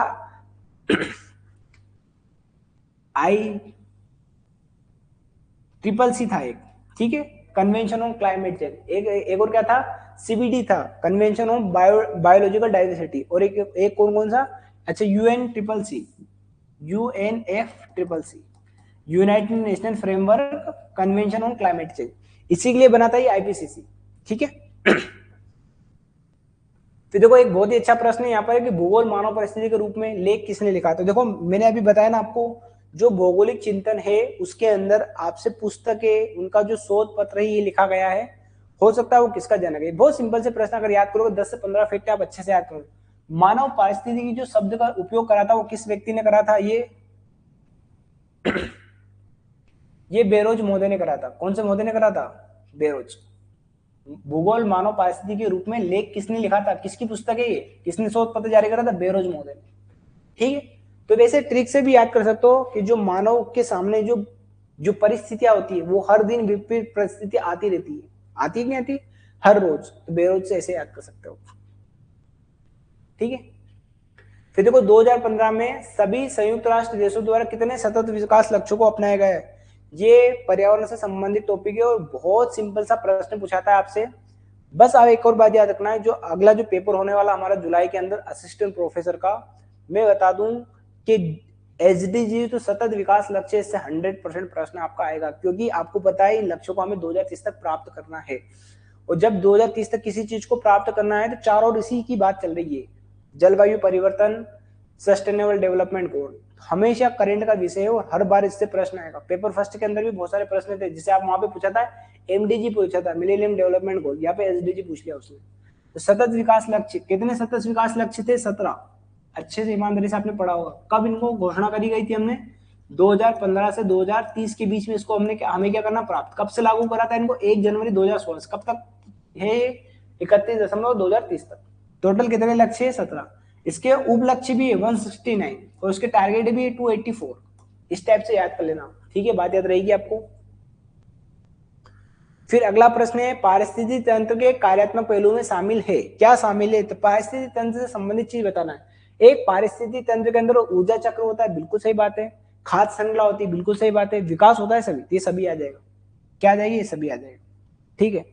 फिर देखो अगला एक और प्रश्न है कि ओवर कॉमन फ्यूचर रिपोर्ट किससे संबंधित है? बहुत ही अच्छा प्रश्न था ये, और ये भी सतत विकास से संबंधित था। तो आपको पता है 1983 के अंदर, कब? 1983 के अंदर एक आयोग बना था जिसका नाम था ब्रंटलैंड आयोग, और इस ब्रंटलैंड आयोग ने एक अपनी रिपोर्ट निकाली थी। कब निकाली थी? एक रिपोर्ट दी थी 1987 के अंदर। ये रिपोर्ट का नाम यही था, ओवर कॉमन फ्यूचर, हमारा साझा भविष्य। और इसी के अंदर ही सबसे पहले उसने सतत विकास की परिभाषा दी थी। हो सकता है आपसे ये पूछ ले, सतत विकास की परिभाषा किसने दी? इसी ब्रंटलैंड आयोग ने दी। इसकी जो रिपोर्ट थी वो क्या नाम था उसका? Over common future. हो सकता है आपसे ये पूछ ले कि ओवर कॉमन फ्यूचर रिपोर्ट कब प्रकाशित करी थी? 1997 के अंदर। ब्रंटलैंड आयोग कब गठित करा गया था? 1983 के अंदर। ऐसे प्रश्न आपसे आ सकते हैं। बहुत सिंपल सा प्रश्न था अगर आपने पढ़ा होगा तो। क्योटो प्रोटोकॉल, आपको पता है क्योटो प्रोटोकॉल 1997 के अंदर ही था। ये जापान का एक शहर है क्योटो प्रोटोकॉल, और ये किससे संबंधित था? ये क्लाइमेट चेंज से संबंधित था। ठीक है। फिर देखो पेरिस समझौता, ये भी बहुत इंपॉर्टेंट है। आगे एक प्रश्न पूछा गया है पेरिस समझौते से। कब हुआ था पेरिस समझौता? 2015 के अंदर। ठीक है, बात याद रहेगी। और देखो ये जो समझौते होते हैं ना, क्योटो प्रोटोकॉल, ये सब इनके लिए सीओपी होता है, इसको बोलते हैं कॉन्फ्रेंस ऑफ पार्टी। ये कौन सा नंबर की पार्टी थी? 21, कॉन्फ्रेंस ऑफ पार्टी 21। तो कोप 21 भी पूछ सकता है आपसे। इसको ही हम क्या बोलते हैं? पेरिस समझौता बोलते हैं। कब हुआ था? ये 2015 के अंदर हुआ था। क्या क्या निर्णय लिए गए थे इसके अंदर, अभी आगे मैं बताता हूँ आपको। ठीक है। ये एजेंडा 21 कब था? ये 1992 के अंदर था। कब था ये? 1992 के अंदर, जब पृथ्वी सम्मेलन हुआ था। ब्राजील का एक शहर था रियो डी जेनेरो, उसी के अंदर हमने विकास को लेकर, 21वीं सदी के विकास को लेकर क्या करी थी? कुछ घोषणाएं करी थी, जिसको बोलते थे मिलेनियम डेवलपमेंट गोल, उसी को बोलते थे एजेंडा 21। 21वीं सदी के लिए कार्यसूची बोलते हैं इसको। चलो बढ़े आगे। बहुत सिंपल सा प्रश्न था। अब यहाँ पे देखो, हर बार एक प्रश्न आपका फुल फॉर्म से संबंधित प्रश्न जरूर आता है, और वो भी फुल फॉर्म ऐसे वैसे हर कुछ नहीं, पर्यावरण से संबंधित फुल फॉर्म आते हैं। हर किसी को फुल फॉर्म याद करने की आवश्यकता नहीं है आपको। तो देखो यहाँ पर ये पूछा गया था कि LTLEDS किस चीज को दिखाता है? तो ये जो LTLEDS जो होता है, ये long term low greenhouse gas emission development strategy, ये बात याद रखना आपको। B is the correct answer. ठीक है, बढ़े आगे। ये इसका करेक्ट आंसर था। फिर देखो, निम्नलिखित में से कौन सा भारतीय राष्ट्रीय पर्यावरण नीति का उद्देश्य नहीं है? अब मुझे एक बात बताना, आप अगर मान लो आपको नीति नहीं भी पता है तो देखो सुनो बात। महत्वपूर्ण पर्यावरण संसाधनों का संरक्षण, जो महत्वपूर्ण पर्यावरण संसाधन, उनका संरक्षण करना चाहिए। सीधी सी बात है, पर्यावरण नीति के अंदर यही तो बात करेंगे, संसाधनों का क्या करेंगे? संरक्षण। ये तो बिल्कुल करेक्ट बात है। मुझे नहीं पता है कि क्या है पर्यावरण नीति 2006, फिर भी मैं बता रहा हूँ। तो फिर देखो पर्यावरण शासन, पर्यावरण शासन का मतलब कि पर्यावरण के संरक्षण संवर्धन से संबंधित, ये बात भी सही है। मान लो कोई पर्यावरण को नुकसान पहुंचाएगा, उसको सजा, दंड का प्रावधान, जुर्माना लगा सकती है सरकार। ठीक है। फिर देखो अंतर पीढ़ी का समता, अंतर पीढ़ी का समता, इसी को बोलते हैं हम सतत विकास, कि एक पीढ़ी दूसरी पीढ़ी को क्या होना चाहिए? अपने विकास के लिए समान अधिकार होना चाहिए। देखो इसमें लिखा है पर्यावरण संसाधन उपयोग में कमी। देखो यहाँ पे नेगेटिव बात कि जो पर्यावरण संसाधन है उनका उपयोग नहीं करेंगे, करना पड़ेगा ना, हमें अपनी आवश्यकता की पूर्ति करना है ना, बस हम उनके संसाधनों का उपयोग इस प्रकार से करें कि उनका क्षरण ना हो, हमारी आगे वाली पीढ़ी को कोई किसी प्रकार का समझौता ना करना पड़े। हम उपयोग, जैसे हम सौर ऊर्जा का प्रयोग करते, कोई दिक्कत नहीं, क्योंकि सौर ऊर्जा का कितना भी प्रयोग करो कोई दिक्कत नहीं। पर जैसे हम जीवाश्म ईंधनों का प्रयोग करते हैं, उसके कारण क्या हो रहा है? जलवायु परिवर्तन हो रहा है। तो हम उनका उपयोग कम करें और किसका उपयोग ज्यादा करें? जो नवीनीकरण ऊर्जा स्रोत है। तो संसाधनों के उपयोग की कमी की बात नहीं करी उसने। तो क्या आ जाएगा आंसर? हमारा करेक्ट आंसर डी। मुझे लगता है बहुत सिंपल प्रश्न था ये। फिर देखो ये प्रश्न था, बहुत सिंपल सा प्रश्न था। यहाँ पे यही पूछ रहा है कि 1992 में पहला पृथ्वी शिखर सम्मेलन कहाँ आयोजित किया गया? पहला पृथ्वी शिखर सम्मेलन नहीं है, पहला पृथ्वी मतलब पृथ्वी मानव सम्मेलन तो कब हुआ था? 1972 के अंदर। ये कहाँ हुआ था? स्टॉकहोम के अंदर। स्वीडन की राजधानी क्या थी? स्टॉकहोम। ये 1992 की बात कर रहा है। और आपको पता है 1992 के अंदर एक पृथ्वी सम्मेलन हुआ था जिसको हम बोलते हैं रियो सम्मेलन। और ये रियो जो था ब्राजील का एक शहर था जिसको बोलते हैं रियो डी जेनेरो। ठीक है जी, बहुत इंपॉर्टेंट है रियो डी जेनेरो 1992। बात याद रहेगी आपको, यही पूछना चाह रहा था आपसे। चलो आगे बढ़े। तो देखो ये बहुत ही अच्छा एक यहाँ पर पूछा गया है कि मेकिंग पीस विद नेचर, हमें जो शांति है वो नेचर के साथ बनानी चाहिए। पुस्तक है a scientific blueprint to tackle the climate biodiversity and pollution emergency report किसके द्वारा प्रकाशित की गई है? अब सुनना बात, ये रिपोर्ट आई ना, दो रिपोर्ट आ गई, देखो अब सुनना। अच्छा, ये जो पर्यावरण से संबंधित रिपोर्ट है, आपको भी पता है पर्यावरण का टॉपिक चल रहा है, थोड़ा कॉमन सेंस लगाना। क्या विकास विश्व बैंक इसको जारी करेगा? क्योंकि जो विश्व बैंक जो होता है वो विकास से संबंधित रिपोर्ट जारी करता है, जैसे कि किसी देश की इकोनॉमी का डेवलपमेंट ग्रोथ रेट क्या रहेगी, जीडीपी ग्रोथ रेट क्या रहेगी, इस टाइप की बात करता है, इकोनॉमी से संबंधित चीजें। फिर देखो यूनेस्को जो होता है शिक्षा से संबंधित रिपोर्ट जारी करे, और विश्व स्वास्थ्य संगठन ये स्वास्थ्य से संबंधित रिपोर्ट जारी करे। इन सबको काट दो। देखो पर्यावरण से संबंधित एक ही तो बचा है। हम अगर ना भी पढ़ते थे इस प्रश्न को बहुत आसानी से कर सकते थे, यूएन इन्वायरमेंट प्रोग्राम। ठीक है, तो करेक्ट आंसर क्या है इसका? बी। अगर आप एग्जाम के अंदर थोड़ा सा प्रेजेंस ऑफ माइंड रखेंगे ना तो आप आराम से कर सकते हो, इसको बहुत बड़ी बात नहीं है। देखो ये पेरिस जलवायु समझौते से संबंधित प्रश्न है। जब पेरिस जलवायु समझौता 2015 हुआ था, उसके अंदर कुछ निर्णय लिया गया था, वो निर्णय की बात लिखी गई यहाँ पर। बात सुन, तो देखो पहले क्या होता था, एग्जाम्पल में सीधा सा पूछ लेता कि पेरिस जलवायु समझौता कब हुआ है, ठीक है, कौन से कोप के अंदर हुआ है। अब ऐसा नहीं पूछता है, उसके अंदर की बातें पूछने लगा। अब ट्रेंड थोड़ा सा एडवांस होने लगा है कि अंदर क्या हुआ वो पूछने लगा। ये पेरिस जलवायु समझौते के अंदर ये चीज होती, क्या होता है देखो, कौन सा समझौता वैश्विक तापमान वृद्धि को 2 डिग्री सेल्सियस से नीचे सीमित करने के लक्ष्य की पुष्टि करता है, जबकि वृद्धि को 1.5 डिग्री तक सीमित करने का लक्ष्य का प्रयास किया गया। ये हमने करा था पेरिस जलवायु समझौता 2015। और ये क्या है? Conference of party 21। ये याद रखना, वो बहुत इंपॉर्टेंट है पेरिस जलवायु समझौता। हर बार आपसे यही पूछेगा। देखो यही तो आगे आने वाला समय है हमारा सतत विकास लक्ष्य, है ना। और सतत विकास से संबंधित जितनी भी चीज हो सकती है सब पूछा जाएगा आपसे। चलो बड़े आगे। फिर देखो एक बहुत अच्छा प्रश्न है यहाँ पर कि रॉबर्ट थॉमस जो थे, ये थॉमस रॉबर्ट माल्थस थे। माल्थस की आपने थ्योरी समझी होगी, जनसंख्या संबंधित थ्योरी। एक बहुत बड़े इकोनॉमिस्ट थे ब्रिटेन के। इन्होंने एक सिद्धांत दिया था, अपना जनसंख्या सिद्धांत दिया था, इनका जनसंख्या संक्रमण सिद्धांत। और इनके इसके अंदर इन्होंने ये बोला था कि जो जनसंख्या की जो वृद्धि होती है, जो जनसंख्या की जो वृद्धि होती है वो जो होती है वो होती है ज्योमेट्री के रूप में। जनसंख्या की जो वृद्धि होती है वो किस रूप में होती है? समांतर श्रेणी में, ज्योमेट्रिक रूप में होती है। सॉरी, जो जो हमारे जनसंख्या होती है उसकी वृद्धि किस में होती है? गुणोत्तर श्रेणी में। किसमें होती है? गुणोत्तर श्रेणी। गुणोत्तर श्रेणी का मतलब क्या है? जैसे एक का क्या होगा? 2, 2 के कितने होंगे? 4, 4 के कितने होंगे? 8, 8 के कितने होंगे? 16, 16 के कितने होंगे? 32। इसको हम गुणोत्तर श्रेणी बोलते हैं। जबकि उसने बोला था जो संसाधन है, संसाधन जिसपे हम डिपेंड है, संसाधन, उसने बोला था जो संसाधन है ये गुण, ये समांतर श्रेणी पे डिपेंड होता है, ज्यामितीय श्रेणी पे। जैसे संसाधन एक का क्या होगा? 2, फिर कितना होगा? 3, फिर कितना होगा? 4। अब देखो 4 से 4 तो ठीक है, यहाँ पे 5। अब देखो यहाँ पे जनसंख्या ज्यादा हो गई, यहाँ पे संसाधन कम हो गया। जैसे जनसंख्या ज्यादा होती है संसाधन का कम होते हैं, इसको बोलते हैं संसाधन पर दबाव। और यही तो सबसे ज्यादा समस्या का कारण है। इसीलिए तो हम क्या लेके आए? सतत विकास। और वर्तमान में देखो ये जो सिद्धांत दिया था, वर्तमान में इसकी बहुत ज्यादा प्रासंगिकता रही है। क्यों है? क्योंकि आपको पता है पहले हम जो खेती करते थे वो प्राकृतिक तरीके से करते थे, पर आजकल तो हमने क्या क्या क्या एडवांस लुक ले आए? बायोटेक्नोलॉजी। एक ही पौधे के अंदर बहुत सारी फसलों का उत्पादन कर सकते हैं। पहले जैसे 1 हेक्टेयर में मान लो गेहूं जो होता था, आज उसकी तुलना में 4 से 5 गुना क्या होता है? गेहूं होता है।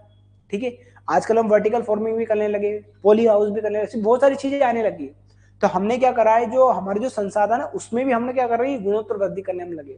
ठीक है, तो बस आपसे ये पूछना चाह रहा है यहाँ पे कि सिद्धांत उसने कब दिया था। तो देखो यहाँ पे दूसरा प्रश्न आ गया फिर से। एक वेगनर मोदे का सिद्धांत आया कि महाद्वीप विस्तार सिद्धांत कर दिया, डेट पूछ ली उसने।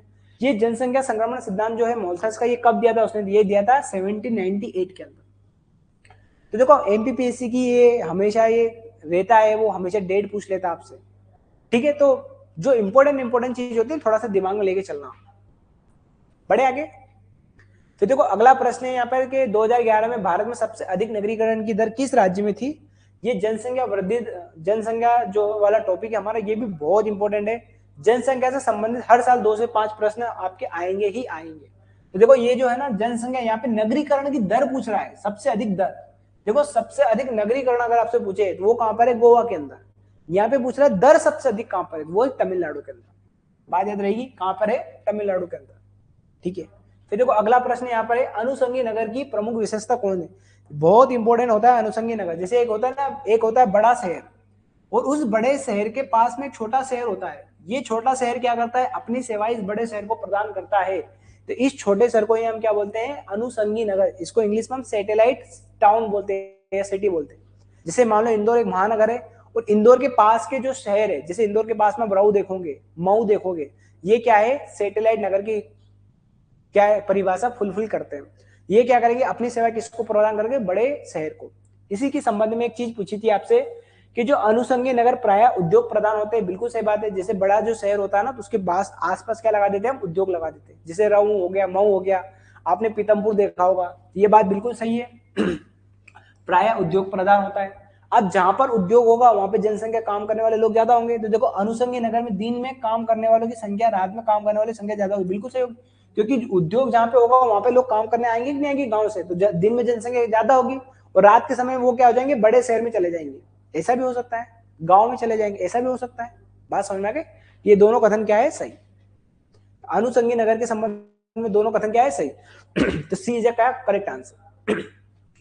फिर देखो अगला प्रश्न, ये भी जनसंख्या से संबंधित प्रश्न था और बहुत ही बेसिक सा प्रश्न था। अगर आपने जनसंख्या संक्रमण सिद्धांत अगर पढ़ा हो, देखो ये बोला विश्व के किस महाद्वीप में सबसे कम जीवन प्रत्याशा, मतलब जीवन प्रत्याशा का मतलब ये होता है, मान लो जैसे आज किसी बच्चे ने जन्म लिया तो कोई बच्चा जब जन्म लेता है तो जन्म के समय वो ये पता करते हैं कि बच्चा कितने साल तक जीवित रह सकता है।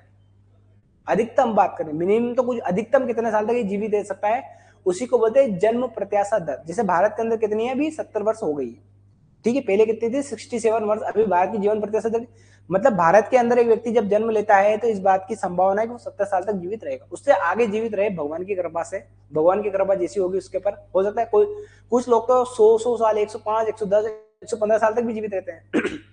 ठीक है, बात समझ आ गई? तो जीवन प्रत्याशा समझ आ गई। अब वो बोल रहा है कि कौन सा महाद्वीप है जहां पे जीवन प्रत्याशा सबसे कम है। इसका मतलब जीवन प्रत्याशा अगर कम है, जीवन प्रत्याशा कम, प्रत्याशा का मतलब आशा है जीवित रहने की। अब जीवन प्रत्याशा कम है, इसका मतलब स्वास्थ्य सुविधाएं कम है, वहां पर स्वास्थ्य सुविधाएं क्या है, कम है। और स्वास्थ्य सुविधा कहां पे कम होगी, जहां पर क्या है वो क्षेत्र क्या है, अल्प विकसित है। जैसे शहर की तुलना में गांव में स्वास्थ्य सेवाएं कम है। अब देखो क्या एशिया में कम है, अभी देखो हो सकता है यूरोप, तो देखो ये तो बहुत विकसित है, यूरोप अमेरिका तो ये तो बहुत विकसित है, यहाँ पे तो जीवन प्रत्याशा दर बहुत ज्यादा है। क्यों? क्योंकि यहाँ पे हेल्थ फैसिलिटी बहुत अच्छी है। तो देखो, और एक और चीज पूछी उसने, उच्च मृत्यु दर पाई जाती है। तो उच्च मृत्यु दर कहाँ पे पाई जाती है, जो संक्रमण की पहली अवस्था होती है ना, उसमें उच्च मृत्यु दर और उच्च जन्म दर दोनों होती है। पर जनसंख्या क्या होती है, स्थिर होती है। क्योंकि जन्म दर भी ऊंची है, मृत्यु दर भी ऊंची है। एक्चुअल में देखोगे जनसंख्या वृद्धि वो होगी कम। फिर एक सेकंड स्टेज आती है जिसके अंदर जन्म दर क्या होगी उच्च, पर मृत्यु दर क्या हो जाएगी कम, जिसको बोलते हैं जनसंख्या विस्फोट। जैसे विकासशील देश होते हैं, और विकसित देश में क्या होगी, जन्म दर भी कम होगी और मृत्यु दर भी कम होगी। वहां पे जनसंख्या क्या हो जाती है, जैसे भारत अभी इसकी ओर बढ़ रहा है। ठीक है, तो ये विशेषता किसकी आ जाएगी, जहां पे जीवन प्रत्याशा कम हो, मृत्यु दर ज्यादा हो, जहां पे स्वास्थ्य सुविधा कम हो। और इन सब में ऑप्शन में देखोगे तो सबसे कम स्वास्थ्य सुविधा यहाँ पे होगी अफ्रीका, क्योंकि अफ्रीका कैसा है, एक अविकसित राज्य, अविकसित महाद्वीप है अफ्रीका महाद्वीप, क्योंकि यहाँ पे क्या है, स्वास्थ्य सुविधाएं कम है। इसकी तुलना में एशिया की अच्छी है और इसकी तुलना में यूरोप की तो और अच्छी है। ठीक है, बात समझे? हमारा करेक्ट आंसर क्या आ जाएगा, डी। चलो आगे बढ़ जाओ। अभी अगर आप देखोगे ये सेम टू सेम प्रश्न यूजीसी नेट 2025 दिसंबर में आया हुआ प्रश्न है, सेम टू सेम प्रश्न, इससे मिलता जुलता प्रश्न है। तो आपको हमेशा पीवाईक्यू जरूर सोल्व करना है। ठीक है, अगला एक सिद्धांत है, यहाँ पर एक व्यक्ति का नाम दे रखा है और पूछा है उसका सिद्धांत। निम्नलिखित में से किस सिद्धांत को E.W. बर्गेस ने निरूपित किया था? किसने, बर्गेस ने कौन सा मॉडल विकसित करा था? ये मॉडल विकसित करा उसने सन केंद्रीय पेटी सिद्धांत। ठीक है, यहाँ पे लिखा है सेंट्रल बेल्ट थ्योरी। सन केंद्रीय पेटी सिद्धांत किसका था? ये E.W. बर्गेस महोदय का। जिसे खंडी सिद्धांत भी था, जिसको बोलते हैं सेगमेंटल थ्योरी। खंडी सिद्धांत किसका था? होयड महोदय का था। ये सब किससे संबंधित सिद्धांत है? ये अधिवास से संबंधित सिद्धांत है। ठीक है, फिर देखो एक भवन सिद्धांत है, ये भी किससे संबंधित, ये किसने बनाया था? उलमेन और हैरिस महोदय ने बनाए थे भवन आबिकी सिद्धांत। और केंद्र स्तर सिद्धांत तो बहुत फेमस है क्रिस्टोफर महोदय का। ये सारे सिद्धांत मोस्ट आईएमपी है, आईएमपी है बहुत ज्यादा, स्टार लगा लो, आएगा। चलो आगे एक और प्रश्न है यहाँ पे प्रश्न पूछ रहा है कि नगर आकारिकी के संबंध में निम्नलिखित कथनों पर अपना अभिमत दीजिए, अपना मत दीजिए, अपना आपका क्या मत है? नगर संगठन एक सतत प्रणाली, नगर का जो संगठन होता है, सीधी बात, ऐसा नहीं है संगठन एक बार बनेगा और हमेशा जीवन भर के लिए, हमेशा संगठन बनता रहता है। संगठन का मतलब होता है नए लोग उसके अंदर जुड़ेंगे, पुराने लोग उसके अंदर हटते जाएंगे, ऐसा होता रहता है संगठन में। कुछ व्यक्ति आएंगे, कुछ व्यक्ति चले जाएंगे। तो एक सतत प्रणाली जिसमें कार्य उसका क्षेत्रीय संगठन क्या होता है, व्यवस्थित होता है। ठीक है, फिर देखो नगर के उत्तरोत्तर विकास के परिणाम स्वरूप नगरीय कार्यों की व्यापकता, अलगाव, व्यापकता भी हो गई, अलगाव भी हो गया, विशेषीकरण हो गया, समूहीकरण हो गया, ये सारी चीज होती है। बिल्कुल सही बात है। दोनों कथन क्या है यहाँ पर, सही है। नगर आकारिकी के संबंध में दोनों कथन क्या है यहाँ पर, सही है। तो क्या आंसर आ जाएगा हमारा करेक्ट आंसर कि ए और बी दोनों क्या है, सही है। ठीक है, तो ए इज अ करेक्ट आंसर।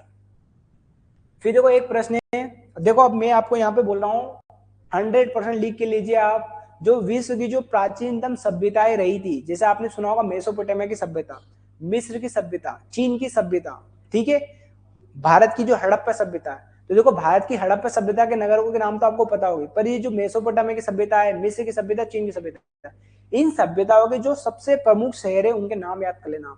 ये पूछा गया प्रश्न है कि टेनिस किस सभ्यता के अंतर्गत आने वाला प्राचीन नगर है। ये जो नगर था ये नील घाटी का प्राचीन नगर था, और नील घाटी को ही हम बोलते हैं मिस्र की सभ्यता। अब देखो ये नील घाटी का पूछ लेना, हो सकता है अगली एग्जाम के अंदर आपसे किसका पूछ ले, वो मेसोपोटामिया सभ्यता, जिसको हम सुमेरियन सभ्यता भी कहते हैं। तो आपको ये याद करना मेसोपोटामिया सभ्यता के अंदर कौन कौन से नगर थे जो बहुत ज्यादा इंपॉर्टेंट थे। ठीक है, बहुत इंपॉर्टेंट है, 100% लिख के लीजिए, 101% में बोल रहा हूँ आपको। क्या लिख के लीजिए, आपका एपी जो असिस्टेंट प्रोफेसर की जो एग्जाम होने वाली जुलाई 2025-26 के अंदर, उसमें 100% पूछेगा, क्योंकि ये एग्जाम के अंदर ये आप देखोगे ये जो ट्रेंड है यूजीसी नेट के अंदर पूछे गए प्रश्न, सेम टू सेम प्रश्न पूछे यूजीसी नेट के अंदर। ठीक है, चलो अगला प्रश्न है किस प्रकार के मानव अधिवास प्रतिरूप में सड़कें एक दूसरे को समकोण पे काटती है। अब देखो जब आपने अधिवास पढ़ा होगा उसके अंदर अधिवास के बहुत सारे प्रकार होते हैं, तो अधिवास में ये पूछ रहा है कि किस अधिवास प्रतिरूप के अंदर सड़कें ऐसे एक दूसरे को समकोण पे काटती है। देखो समकोण पे काटेगी तो यहाँ पर क्या होगी, अधिवास का बसाव होगा, और ये अधिवास का बसाव जो हो रहा है देखो किस रूप में दिख रहा है, ये दिख रहा है देखो एक आयत के रूप में। देखो अधिवास ऐसा होगा ना, ये पढ़ा होगा, ये बहुत इंपॉर्टेंट होता है, अधिवास के रूप प्रतिरूप। तो अधिवास के प्रतिरूप ये कैसा दिख रहा है, एक आयत की तरह। तो सड़कें एक दूसरे को समकोण पे काटती है, किस अधिरूप में काटती है, आयताकार प्रतिरूप में। एक होता है तारक प्रतिरूप, तारक प्रतिरूप का मतलब होता है यहाँ पर एक क्षेत्र होता है और इससे चारों ओर ऐसी क्या निकलती है, सड़कें निकलती है, एक किनारे से निकलती है, इसको बोलते हैं हम तारक। फिर एक होती है वृत्ताकार, वृत्ताकार ऐसे जैसे मान लो कोई झील है, कोई भी एक केंद्रीय स्थल, उसके चारों ओर कोई बच जाता है, तो उसको क्या बोलते हैं हम, वृत्ताकार प्रतिरूप। एक होता है रेखी, रेखी मतलब किसी सड़क के किनारे, किसी रेलवे के किनारे जो होता है उसको रेखिक बोलते हैं। तो जब भी सड़कें एक दूसरे को समकोण को काटेगी उसको क्या बोलेंगे, आयताकार प्रतिरूप। इसको हम वर्गाकार भी कह सकते हैं। ठीक है, फिर देखो एक जनसंख्या का बहुत ही बेसिक सा प्रश्न था, अगर 2011 की जनगणना अगर आपने पढ़ी होगी, उसके अंदर ये पूछ रहा है कि अनुसार भारत में नगरीय जनसंख्या का प्रतिशत कितना है। भारत की जो कुल जनसंख्या उसके अंदर नगरीय जनसंख्या कितना परसेंट है, तो आपको पता है 31.12%। ठीक है, ये होता है कुल जनसंख्या, नगरीकरण का कुल। इसी नगरीकरण से एक और प्रश्न पूछा था आपसे कि सर्वाधिक नगरीकरण की दर कहां पर है, वो थी तमिलनाडु के अंदर। तो देखो बहुत इंपॉर्टेंट हमारे लिए जनसंख्या। फिर देखो एक और प्रश्न यहाँ पे आ गया, देखो जनांगी संक्रमण सिद्धांत का प्रतिपादन सबसे पहले किसने किया था, ये पूछा गया है। तो सबसे पहले जो सिद्धांत था ये दिया था फ्रैंक डब्ल्यू नोटेस्टन ने। किसने दिया था, ये बहुत इंपॉर्टेंट प्रश्न है। जनांगी संक्रमण सिद्धांत का प्रतिपादन सबसे पहले किसने किया था, नोटेस्टन ने। ठीक है, ये थॉमस आर माल्थस ने भी, इसका थॉमस रॉबर्ट माल्थस महोदय ने भी क्या दिया था, जनसंख्या से संबंधित एक सिद्धांत दिया था। ठीक है, ये भी हमने पढ़ा। चलो आगे बढ़ जाते हैं हम। वान थ्योनेन की पुस्तक एकल राज्य कब प्रकाशित हुई थी। देखो ये तीसरा प्रश्न मैं बता रहा हूं जिसमें डेट से संबंधित आपका प्रश्न पूछा है। एक वेगनर महोदय को पूछा था, एक और क्या पूछा था आपसे, ये माल्थस का ही पूछा था, जनसंख्या सिद्धांत उसने कब दिया था, 1798 के अंदर। और ये एक और प्रश्न आ गया, वान थ्योनेन की पुस्तक एकल राज्य कब प्रकाशित हुई। तो आपसे ये याद रखो, जो वान थ्योनेन का जो सिद्धांत था, कौन सा सिद्धांत था उसका, कृषि अवस्थिति सिद्धांत। ये बहुत इंपॉर्टेंट सिद्धांत है वान थ्योनेन का। ये कब दिया था उसने, 1826 के अंदर। ये बात आपको याद रखना है। ठीक है, डेट से संबंधित प्रश्न है, फैक्चुअल प्रश्न है। तो मैंने क्या बोला आपको, जब भी किसी सिद्धांत को पढ़ो, महत्वपूर्ण सिद्धांत को, तो उसकी डेट याद करना, ये पूछा जाता है प्रश्न। फिर देखो एक और सिद्धांत है, बहुत ही अच्छा सिद्धांत, सत्य संयोजन है तो वीवर की विधि है। क्या है वीवर की विधि, तो वीवर ने जो सिद्धांत दिया था अपना सत्य संयोजन में, वो थे न्यूनतम विचलन विधि। कौन सी विधि है, न्यूनतम विचलन विधि। ठीक है, बात याद रखिए, वीवर की विधि का नाम क्या है, न्यूनतम विचलन विधि। चलो कंफ्यूज नहीं होना है, एक और ही व्यक्ति ऐसे सेम टू सेम हो जिनका नाम है वेबर। वेबर की सिद्धांत, वेबर विधि भी आपसे पूछ सकता है, वेबर की विधि। यहाँ वेबर जो महोदय, ये थे न्यूनतम लागत सिद्धांत, ये उद्योगों की अवस्था से संबंधित सिद्धांत है वेबर महोदय। ठीक है, आगे आएगा, देखो मैं बताऊंगा अभी आपको। फिर देखो यहाँ पे पूछा है सौर सरोवर कहाँ निर्मित हुए हैं, तो ये इजराइल के अंदर है। वैसे तो मुझे लग रहा है इसका आंसर भारत होना चाहिए, क्योंकि ऐसा टर्मिनोलॉजी हम भारत के अंदर यूज करते हैं। फिर भी देखो एमपी सेट इसका क्या आंसर मानता है, देख लेना। ठीक है, फिर देखो ये बहुत ही बेसिक सा प्रश्न है यहाँ पर कि भारत में दूसरा परमाणु विद्युत केंद्र कहां पर स्थापित किया गया। देखो जनरली क्या होता है, हम ये तो पढ़ के जाते हैं कि भारत में पहला परमाणु केंद्र कहां पर स्थापित हो, ये सब रट के जाते हैं, तारापुर, तारापुर महाराष्ट्र। पर अब उसने क्या पूछ लिया, दूसरा बताओ। अब ऐसा भी तो हो सकता है ये पूछ ले नवीनतम बताओ। तो ऐसे ध्यान रखना, जब भी आप पढ़ो तो थोड़ा सा सचेत होकर, जागरूक होकर पढ़ना है आपको। दूसरा जो हमने लगाया था वो लगाया था हमने रावत भाटा। कमेंट करके आप बताओ कि रावत भाटा कहां पर है। ये बताइए अब ननौरा कहाँ पर है, और ये कलपक्कम बताइए कलपक्कम कहाँ है। देखो तारापुर तो महाराष्ट्र में, ये भारत का पहला क्या है, ताप विद्युत केंद्र। दूसरा पूछा था उसने, दूसरा कहां पर है, ये रावत बाटा में। आपको इन सब शहरों के क्या बताना है, ये जो जगह है इनके क्या बताना, राज्यों के नाम बताना कि कहां पे स्थित है। हो सकता है आपसे यही प्रश्न पूछ ले, जोड़ी बना दो, ये क्या है परमाणु विद्युत केंद्र, और यहाँ पे दे देगा आपको अवस्थिति। ठीक है, बात याद रहेगी। चलो बड़े आगे। फिर देखो अगला प्रश्न यहाँ पे क्या है, आइसोडेपन शब्द का प्रयोग किसने करा था। देखो आपको पता है जो आइसोडेपन जो शब्द का यूज करा था, ये क्या करा, समान परिवहन लागत के लिए यूज करा था। और समान परिवहन लागत के लिए किस महोदय ने यूज करा था, वेबर महोदय ने शब्द का यूज करा था। याद रहेगी आइसोडेपन लाइन, बहुत इंपॉर्टेंट आइसोडेपन लाइन। यहाँ पे पूछा था शब्द का प्रयोग किसने करा था, हो सकता है कि आइसोडेपन लाइन ही पूछ ले कि आइसोडेपन लाइन होती क्या है। ठीक है, बात याद रहेगी। फिर देखो एक और प्रश्न यहाँ पर है कि सोल्ट द्वीप पर स्थित बंदरगाह का नाम बताओ। अब थोड़ा सा फैक्चुअल है ये सोल्ट द्वीप पर स्थित बंदरगाह का नाम क्या है, मुंबई। ठीक है, फिर एक बहुत ही वर्ल्ड ज्योग्राफी से संबंधित एक प्रश्न है, बहुत बेसिक प्रश्न है, आपसे ये पूछ रहा है कि पनामा नहर किसको जोड़ती है। आपको पता है जो पनामा नहर, अगर आप देखोगे, अगर आप तो ये देखो यहाँ पे ये अमेरिका है, ये देख लो आप थोड़ा सा, ये अमेरिका है। ठीक है, ये थोड़ा सा बता, और ये क्या है यहाँ पर, ये दक्षिण अमेरिका है। और यहाँ पर है देखो पनामा नहर, छोटा सा एक नेरो सी लाइन मिलेगी आपको यहाँ पे पनामा नहर। तो देखो इधर मिलेगा आपको अटलांटिक महासागर, और इधर मिलेगा आपको प्रशांत महासागर। तो प्रशांत महासागर और अटलांटिक महासागर के बीच में क्या है, पनामा नहर। तो जितनी नहर होती ना, जैसे पनामा नहर, स्वेज नहर, ये पूछ सकता है। और वर्तमान में भी देखो हारमुज नहर का आपने नाम सुना होगा, बहुत इंपॉर्टेंट है क्योंकि बहुत विवाद का विषय भी है। ठीक है, तो सब याद करना है आपको कहां पर है। फिर देखो यहाँ पर एक बहुत ही बेसिक सा प्रश्न पूछा कि विश्व व्यापार संगठन की स्थापना कब हुई थी। तो विश्व व्यापार संगठन की जो स्थापना हुई थी वो हुई थी 1 जनवरी 1995 को। किसके स्थान पर हुई थी, तो गेट का नाम सुना होगा आपने, GATT है, general agreement on tariff and trade. ये GATT कब बना था, 1947 के अंदर। उसके स्थान पर लेके हम क्या आए थे, WTO, वर्ल्ड ट्रेड ऑर्गेनाइजेशन। और कब बना था ये, 1 जनवरी 1995 को। देखो 4 क्वेश्चन मिल गए आपको डेट वाले। तो कम से कम एमपी सेट में या एमपी एपी का जो प्रश्न आएगा, कम से कम आपको 5 प्रश्न एकदम फैक्चुअल मिलेंगे डेट से संबंधित। ये एमपीपीएससी हमेशा ऐसा करता है, जब भी पढ़ो आप सचेत होके पढ़िए। फिर देखो एक नाम पूछा था आपसे कि ये जो नाम है सो खोजी क्या है। तो देखो जब भी इस तरह के नाम मिले ना, सो खोजी, कुत्रे कुस्त, है ना, ये देखो जर्मन भाषा के शब्द मिलेंगे आपको, जर्मन और रूसी भाषा के शब्द। तो वैसे आप लगा सकते हो, तो इसके अंदर थोड़ा सा देखो, यूरोप में स्टेवी प्रदेश को बोलते नहीं, रूस में एक राजकीय फार्म होता है उनको बोलते हैं सो खोजी। अब देखो यहाँ से एक चीज और बताता हूँ, एमपी सेट के अंदर, एपी के अंदर आप यूजीसी नेट के जो पीवाई को करोगे ना, तो उसके अंदर ऐसे नाम पूछे गए कि किस फार्म को किसको कहां पर क्या बोलते हैं। तो आप है ना, कुछ जो बहुत प्रमुख फार्म होते हैं जिसको किसी राज्य में किसी देश के अंदर कुछ कहते हैं, तो वो आपको याद करना है। ठीक है, बात है भारत में क्या सरकार, कभी सुना है ऐसा नाम आपने, ऐसे काट सकते हो आप। ठीक है, तो रूस में क्या है, राजकीय फार्म होते हैं। फिर देखो आपने एक और नाम सुना होगा, जिसे भी थोड़ी देर पहले हमने विवर का जो नाम सुना था, सस्य संयोजन के अंदर विवर, विवर के सिद्धांत को ही ये दो है इजुकाई दोई, है ना, इकू काजू दोई। ये इकू काजू दोई कहाँ के थे, जापान के थे। और जापान के इन्होंने क्या करा था, वो जो सिद्धांत था वो था क्रश, वो था औद्योगिक अवस्थित सिद्धांत, वेबर महोदय का। कौन किसका था, विवर महोदय का, विवर महोदय का। इसी के सिद्धांत के आधार पर इन्होंने औद्योगिक संरचना ज्ञात करने का प्रयास करा था, इकू काजू दोई ने। और कहां के थे, जापान के। बहुत सिंपल सा प्रश्न था। हाँ, ये प्रश्न आप देखो, यहां से थोड़ा सा टफ प्रश्न शुरू हुए आपके।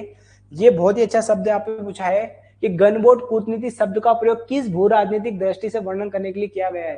तो आपको पता है विश्व इतिहास के अंदर एक व्यक्ति था, आपको पता होगा, हाउसहोफर। देखो कहीं मिलेगा आपको हाउसहोफर, ये हाउसहोफर यही था जर्मन का सलाहकार। बात समझ, इसी ने मिन केम्प, जर्मन की जो आत्मकथा उसका नाम है मिन केम्प, ये हाउसहोफर ही था। इसने सारी जो भू राजनीति होती है, भू राजनीति की जो विचारधारा है, असली में अप्लाई करने का काम इसी ने करा था। और इसी के कारण देखो वर्ल्ड वॉर सेकंड हुआ था। तो भू राजनीति जैसे शब्द जब भी आ जाए, आपको पता है वर्तमान में भी भू राजनीति बहुत ज्यादा चल रही है। तो गनबोट कूटनीति शब्द सबसे पहले किसने प्रयोग करा था, हाउसहोफर की भू राजनीति। ये कहाँ का रहने वाला था, जर्मनी का। देखो रेड जेल की जीव अवधारणा सिद्धांत है, तो जीव अवधारणा सिद्धांत जिसको हम क्या बोलते हैं, लेवेंसरोम।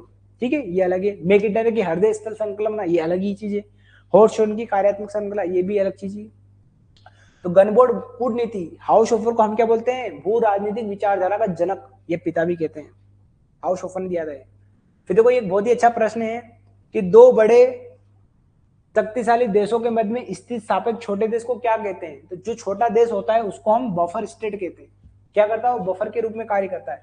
अंतस्थ राज्य, इसने यहाँ पे हिंदी ट्रांसलेशन करा है, पर बफर स्टेट ज्यादा है। और बहुत सारे लिखा है लोन लेक, लोन लेक तो हो ही नहीं सकता, नेशनल स्टेट, माइक्रो स्टेट, उसको क्या बोलते हैं, बफर स्टेट। दो शक्तिशाली राज्यों के बीच में छोटा सा राज्य होता है, जैसे आप समझिए भारत है और ऊपर क्या है, चीन है। भारत और चीन की आपस में नहीं बनती है, पर उनके बीच में देखो भूटान है, नेपाल है, छोटे छोटे राज्य है कि नहीं। तो भारत और नेपाल के बीच में लड़ाई होने से बचा रहे कि नहीं बचा रहे, क्योंकि अगर भारत और चीन की सीमा अगर एक दूसरे के पास में होती, आप देखो लद्दाख के अंदर कितने विवाद का विषय बनता है। अगर मान लो नेपाल भूटान भी अगर भारत के अंदर होते तो वो ज्यादा विवाद का विषय होता कि नहीं होता। इनको क्या बोलते हैं, बफर स्टेट। ठीक है, बात याद रहेगी आपको। बहुत ही अच्छा सा प्रश्न था ये। फिर देखो यहाँ पर एक और प्रश्न पूछा गया आपको भाषा से लेकर, जो अब हम सांस्कृतिक सामाजिक जो भूगोल पढ़ते हैं उससे संबंधित प्रश्न है कि निम्नलिखित में से कौन सी एक भाषा लैटिन भाषा परिवार से संबंधित नहीं है। कौन सी लैटिन भाषा संबंधित नहीं है। देखो अगर थोड़ा सा अगर कॉमन सेंस लगाओगे ना, देखो लैटिन भाषा, फ्रेंच भी लैटिन भाषा ही है, क्योंकि लैटिन भाषा से निकली फ्रेंच। इटालियन, अंग्रेजी भाषा, स्पेनिश भाषा, ये सब लैटिन भाषा के ही भाग है। पश्तो भाषा देखो आप, पश्तो भाषा किधर मिलेगी आपको, ईरान, अफगानिस्तान, इधर देखने को मिलेगी पश्तो। ये किस भाषा की है, अरब भाषा की। ठीक है, बात रहेगी आपको। फिर देखो ये मध्य प्रदेश की जनजातियों से संबंधित एक प्रश्न था, भारत की जनजाति भी कह सकते हैं आप। जो भारत की जो जनजाति है गोंड जनजाति, उसके सब समूह है, मुरिया, बाइसन हॉर्न, मारिया और हिल, मारिया है। तो महत्वपूर्ण क्या है, गोंड जनजाति है। और अगर मध्य प्रदेश की आप जनजातियां पढ़ोगे, जैसे असिस्टेंट प्रोफेसर के अंदर आप देखोगे मध्य प्रदेश एमपीजी के जो होता है उसके अंदर एक यूनिट दे रखी पूरी उसने कि मध्य प्रदेश की जनजातियां, उसके अंदर बहुत सारी मध्य प्रदेश की जनजातियां, उसकी सब जनजातियों में ये आता है। तो सबसे बड़ी जनजाति क्या होती है, गोंड, उसी गोंड जनजाति के सब प्रकार। ठीक है, उपजातियां है ये। चलो अगला प्रश्न देख लो, भारत में अनुसूचित जनजातियों के संबंध में कौन सा कथन सही है। देखो दो तीन प्रश्न, ये प्रश्न भी थोड़ा सा अच्छा प्रश्न मानूंगा मैं इसको, थोड़ा सा सोचने वाली बात है। जैसे यहाँ बोला जनगणना 2011 के अनुसार कुल जनसंख्या में अनुसूचित जनजातियों का हिस्सा 9.28% नहीं 8.6% है। कितना परसेंट है, भारत की कुल जनसंख्या का कितना परसेंट है, 8.6%। क्या ये कथन सही है क्या गलत है। चलो, देश में अनुसूचित जनजातियों की संख्या में सबसे अधिक 10 की वृद्धि दर यहाँ पे दर्ज की गई है, मुझे पता नहीं है अभी। ठीक है, फिर देखो जनगणना 2011 के अनुसार अनुसूचित जनजातियों का लिंगानुपात 980 से कम है। जो अनुसूचित जनजातियों का जो लिंगानुपात है वो है 990। अब देखो 990 यहाँ बोल रहे 980 से कम है, ये भी गलत हो गया। चलो और देख लेता है अगला। अगला क्या है, मध्य प्रदेश में अनुसूचित जनजाति की दूसरी बड़ी आबादी रहती है। नहीं, मध्य प्रदेश में सबसे ज्यादा अनुसूचित जनजातियां रहती है, ये भी गलत हो गया। बचा क्या अभी, ऐसे भी आप अपने आंसर तक पहुंच सकते हो। ठीक है, जरूरी नहीं है कि आप यहाँ पे सर्ट हो गए हर चीज के लिए, ये यार इतना कठिन प्रश्न कैसे करेंगे। कठिन आपको दिख रहा है पर उसके पीछे लॉजिक लगाओगे तो वो बहुत सिंपल लगेगा। तो सही आंसर क्या है, देश में अनुसूचित जनजातियों की जनसंख्या में क्या है 1971-80 में सबसे ज्यादा क्या करी गई, वृद्धि दर दर्ज की गई। भारत में कब करी गई थी, 1961 से 1971 के बीच में। फिर देखो एक और बहुत ही अच्छा प्रश्न है ये कि कौन सा एक गोल बेल्ट्स योजना का, कौन सा एक गोल बेल्ट्स योजना में एक महान राजनीतिक प्रदेश नहीं है, कौन सा नहीं है ये पूछा गया है। तो देखो आप खुद थोड़ा सा सोचो इसके ऊपर कि कौन सा नहीं है। तो देखो ये प्रशांत महासागर भी होगा, हिंद महासागर भी होगा, यूरेशियन स्टेप भी होगा, ध्रुवी प्रदेश। तो देखो ध्रुवी प्रदेश नहीं रहेगा, क्योंकि ध्रुवी प्रदेश में क्या करेंगे हम लेके, बात समझ में गई। ठीक है, तो डी इसका करेक्ट आंसर आ जाएगा। फिर देखो एक बहुत ही अच्छी योजना आपसे पूछी गई यहाँ पर कि हिल इन इंडिया का लक्ष्य किसे बढ़ावा देना है। तो देखो हिल का मतलब होता है जिसे हम बीमार हो जाते हैं ना, जैसे मान लो कोई घाव हो गया तो कहते हैं ना हमारा घाव भर रहा है, हिल हो रहा है। तो ये किससे संबंधित है, चिकित्सा से संबंधित है। हिल इन इंडिया मतलब भारत के अंदर क्या होना चाहिए, उपचार होना चाहिए। तो चिकित्सा पर्यटन को बढ़ावा देने के लिए, कौन किस चीज को बढ़ावा देने के लिए, चिकित्सा होता है ना। जैसे हमारे कोई कट लग जाता है तो कहते हैं ना हिल धीरे धीरे हो रहा है, ये हिल बहुत टाइम से हो रहा है। हिल का मतलब समझना है चिकित्सा से संबंधित। थोड़ा सा भी लॉजिक लगा लेते तो आपका काम बन जाए। हिल इन इंडिया का लक्ष्य किसे बढ़ावा देना है, तो चिकित्सा पर्यटन को बढ़ावा देना। ये थोड़ा अच्छा प्रश्न था। तो देखो 3-4 प्रश्न मान लो आप थोड़े से आपको लग सकते हैं थोड़ा सा कि यार हो सकता है कि ना बनाओ आपसे। अब देखो ये भी बहुत अच्छा प्रश्न था, सामाजिक सांस्कृतिक प्रदेशों से संबंधित था। यहाँ पे पूछा स्पेंसर और थॉमस के 1969 के वर्गीकरण के अनुसार खमेर सांस्कृतिक क्षेत्र किस सांस्कृतिक परिमंडल से संबंधित। खमेर वाला पूछ रहा है कि खमेर जो है वो सांस्कृतिक किसके अंतर्गत आता है। ये जो है बौद्ध सांस्कृतिक परिमंडल के अंदर आता है। बौद्ध सांस्कृतिक परिमंडल है, उसके अंदर क्या आता है हमारा खमेर सांस्कृतिक परिमंडल। तो ए हमारा क्या हो जाएगा, करेक्ट आंसर हो जाएगा। ठीक है, अगला प्रश्न हमारे यहाँ पास है, ये बहुत अच्छा प्रश्न है। अब देखो यहाँ पे पूछ रहा है ओब नदी का निचला दलदली क्षेत्र किस जनजाति का इलाका है। तो ओब नदी है ये रूस वाले क्षेत्र में, और कहां पे जाके गिर जाती है, उत्तरी आर्कटिक सागर के उत्तरी सागर के अंदर जाके गिर जाती है। तो किस जनजाति का है ये? तो सोमेट्स रहते हैं उस क्षेत्र में, आपको अगर पता हो तो। देखो यहाँ पर मैं एक और बता देता हूँ, एपी के अंदर बहुत ज्यादा इस चीज के चांस है कि विश्व के अंदर जनजातियों का वितरण, कि कौन सी जनजाति कहाँ पे रहती है, अगर ये पता कर लोगे ना तभी आपका आंसर बन जाएगा, क्योंकि सोमेट्स उधर ही रहती है, रशिया के ऊपर वाला जो क्षेत्र है ना, उत्तरी रशिया का उत्तरी वाला क्षेत्र, वहीं पे रहती है सोमेट्स। अगर इतना भी पता होता कि कौन सी जनजाति कहाँ पे रहती तो भी आपका आंसर सही हो जाता। तो एक तो ये पता करना है आपको विश्व में जनजातियां कहाँ पे रहती, दूसरा वो कोई विशिष्ट जनजाति उसका क्षेत्र, वो भी बहुत फेमस है कि कौन सी जनजाति किस क्षेत्र में रह रही है। 101% लेके लीजिए, आपका एपी के अंदर ये प्रश्न देखने को मिलेगा। चलो ठीक है, बढ़े आगे। अब देखो ये बहुत ही अच्छा सा प्रश्न था, यहाँ पर मान सकते हैं थोड़ा सा अच्छा लेवल का प्रश्न था। यहाँ पे पूछ रहा है कि कार्ल सावर के अनुसार निम्नलिखित में कौन सा सांस्कृतिक भूगोल का एक तत्व नहीं है। जो कार्ल सावर थे उन्होंने सांस्कृतिक भूगोल के 5 तत्व बताए थे, तो वो बोल रहा है कि कौन सा नहीं है। तो देखो ये तो सांस्कृतिक परिस्थितियां है, सांस्कृतिक भूदृश्य भी है, सांस्कृतिक क्षेत्र भी है, बस सांस्कृतिक प्रसारण नहीं था। ये जो कार्ल सावर के बाद एक और व्यक्ति आए थे, एक और भूगोलवेत्ता आए थे, उन्होंने सांस्कृतिक प्रसारण वाला शब्द जोड़ा था। कौन सा नहीं है? सांस्कृतिक प्रसारण, जिसको क्या बोलते हैं? कल्चरल डिफ्यूजन, है ना। सांस्कृतिक भूगोल के तत्व की बात कर रहे, कौन नहीं है। फिर देखो अगला प्रश्न यहाँ पे, पृथ्वी के अक्षांश देशांतर के संबंध में अत्यंत महत्वपूर्ण तथ्य निम्न में से किस विद्वान द्वारा प्रस्तुत। अक्षांश देशांतर की बात किसने करी थी, ये बात पूछ रहा है। तो हिकटेस महोदय ने करी थी क्या? नहीं। किसने करी थी? हिपार्कस महोदय ने। तो अगर जब भौगोलिक चिंतन आप पढ़ोगे ना, तो उसके अंदर बहुत सारे आपके क्या मिलेंगे, आपको भूगोलवेत्ता मिलेंगे, उनके थोड़े थोड़े काम आपको मिलेंगे। तो थोड़े से आप पढ़ लोगे ना इंपोर्टेंट बातें उनकी, तो आपको काम बन जाएगा। बहुत ही सिंपल सा प्रश्न था ये। हिपार्कस किसने बोला था? अक्षांश देशांतर के संबंध में हिपार्कस महोदय। बाकी सब देखो, होमर महोदय तो सबसे पहले आ गए थे भूगोल के अंदर, और इन्हीं की बुक कौन सी थी? इलियड और ओडेसी, ठीक है, ओडेसी। हिकेटेस इसको क्या बोलते हैं? भूगोल का जनक कहते हैं, ठीक है। इन्होंने किसी ने बात नहीं करी थी अक्षांश देशांतर की। अक्षांश देशांतर की बात किसने करी थी? हिपार्कस महोदय ने। चलो आगे बढ़े। फिर अगला प्रश्न है, देखो ये परिभाषा से संबंधित प्रश्न आया है कि देखो यहाँ पे भूगोल पृथ्वी तल के परिवर्तित स्वरूप के शुद्ध, व्यवस्थित एवं तर्कपूर्ण विवरण और व्याख्या प्रदान करने से संबंधित है। भूगोल की परिभाषा बताइए। तो जब भी आप भूगोल पढ़ोगे ना, तो सबसे पहले ही भूगोल की परिभाषा दे रखी है, किस विद्वान ने भूगोल को क्या कह रखा है। तो 4-5 परिभाषा भी अगर याद कर लोगे ना, हर साल ये परिभाषा आती है कि किस विद्वान ने भूगोल को क्या कहा है। 5-10 परिभाषा रट लोगे ना थोड़ी बहुत, तो आपका काम बन जाएगा। ये जो परिभाषा थी, ये परिभाषा किसने दी थी? तो ये परिभाषा दी थी, क्या इमोनल कांट ने देगी? क्या इमोनल कांट नहीं देंगे? कार्ल रिटर देंगे? क्या नहीं।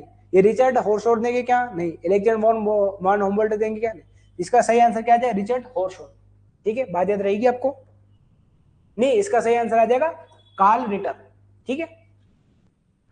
फिर देखो एक और प्रश्न आपके यहाँ पे रहे कि भूगोल में असाधारणवाद। देखो असाधारण हो सकता है आपको पढ़ने में अच्छा नहीं लगे, इसको बोलते हैं अपवाद, एक्सेप्शनल। भूगोल में अपवाद की बात किसने करी? तो भूगोल में अपवाद का जनक हम किसको कहते हैं? शोफर महोदय को कहते हैं। ऐसे कर सकते हो आप डायरेक्ट, एफ के शोफर महोदय को। अपवाद का, भूगोल में अपवाद का जनक कहते हैं हम शोफर महोदय को। इन्हीं की पुस्तक है देखो, भूगोल में असाधारणवाद या भूगोल में अपवादवाद। तो देखो भूगोल के अंदर जब आप भौगोलिक चिंतन पढ़ोगे ना, तो किस भूगोलवेत्ता ने किस चीज के बारे में क्या बात कही, दूसरी उनकी पुस्तक, ये मोस्ट इंपोर्टेंट चीज, अगर ये कर लोगे आपका काम बन जाएगा, ठीक है। बात हमारा करेक्ट आंसर क्या आ जाएगा? एक। फिर देखो अगला प्रश्न है, निम्नलिखित में किस भूगोलवेत्ता को आधुनिक भूगोल का जनक कहते हैं। देखो ये प्रश्न तो ऐसा है, अगर इस प्रश्न का उत्तर आप नहीं दे पाए तो आपको भूगोल की पढ़ाई करने की आवश्यकता ही नहीं, क्योंकि यही पढ़ते सबसे पहले भूगोल का, आधुनिक भूगोल का जनक किसको कहते हैं? हम्बोल्ट महोदय को कहते हैं। और इन्होंने देखो पेरू के तट पर एल निनो जलधारा की खोज करी थी, इसीलिए जो एल निनो जलधारा, उसको पेरू की जो जलधारा उसको क्या बोलते हैं? हम्बोल्ट जलधारा भी कहते हैं, पेरू की जलधारा के पास। तो हम्बोल्ट महोदय को क्या कहते हैं? आधुनिक भूगोल का जनक, ठीक है। एक और थे प्राचीन भूगोल का जनक, किसको कहते थे हम? स्ट्रोबो महोदय को। भूगोल का जनक किसको बोलते हैं हम? हिकेटेस महोदय को, ठीक है, बात याद रहेगी। और भी बहुत सारे प्रश्न है, देखो टाइम हमारे पास कम है थोड़ा, इसलिए हम पढ़ नहीं रहे। चलो देखो ये पुस्तकें आ गई, फिर से आपको मेज दी कॉलम, देखो मैं थोड़ा सा ऊपर कर रहा हूं यहाँ पर, ठीक है, दिख रहा है आपको। चलो यहाँ पर आपको ये दे रखा है कि जो हम्बोल्ट महोदय, इनकी पुस्तक का नाम बताना आपको, इनकी पुस्तक का नाम है, आपने सुना होगा प्रकृति दिग्दर्शन, व्यू ऑफ नेचर। देखो ये व्यू ऑफ नेचर किसकी पुस्तक है? हम्बोल्ट महोदय की पुस्तक है। पहला का क्या आ जाएगा? दूसरा, ठीक है। फिर देखो रिटर महोदय, रिटर महोदय का क्या आ जाएगा? अरकुंडे, इनकी पुस्तक का नाम है रिटर महोदय का अरकुंडे।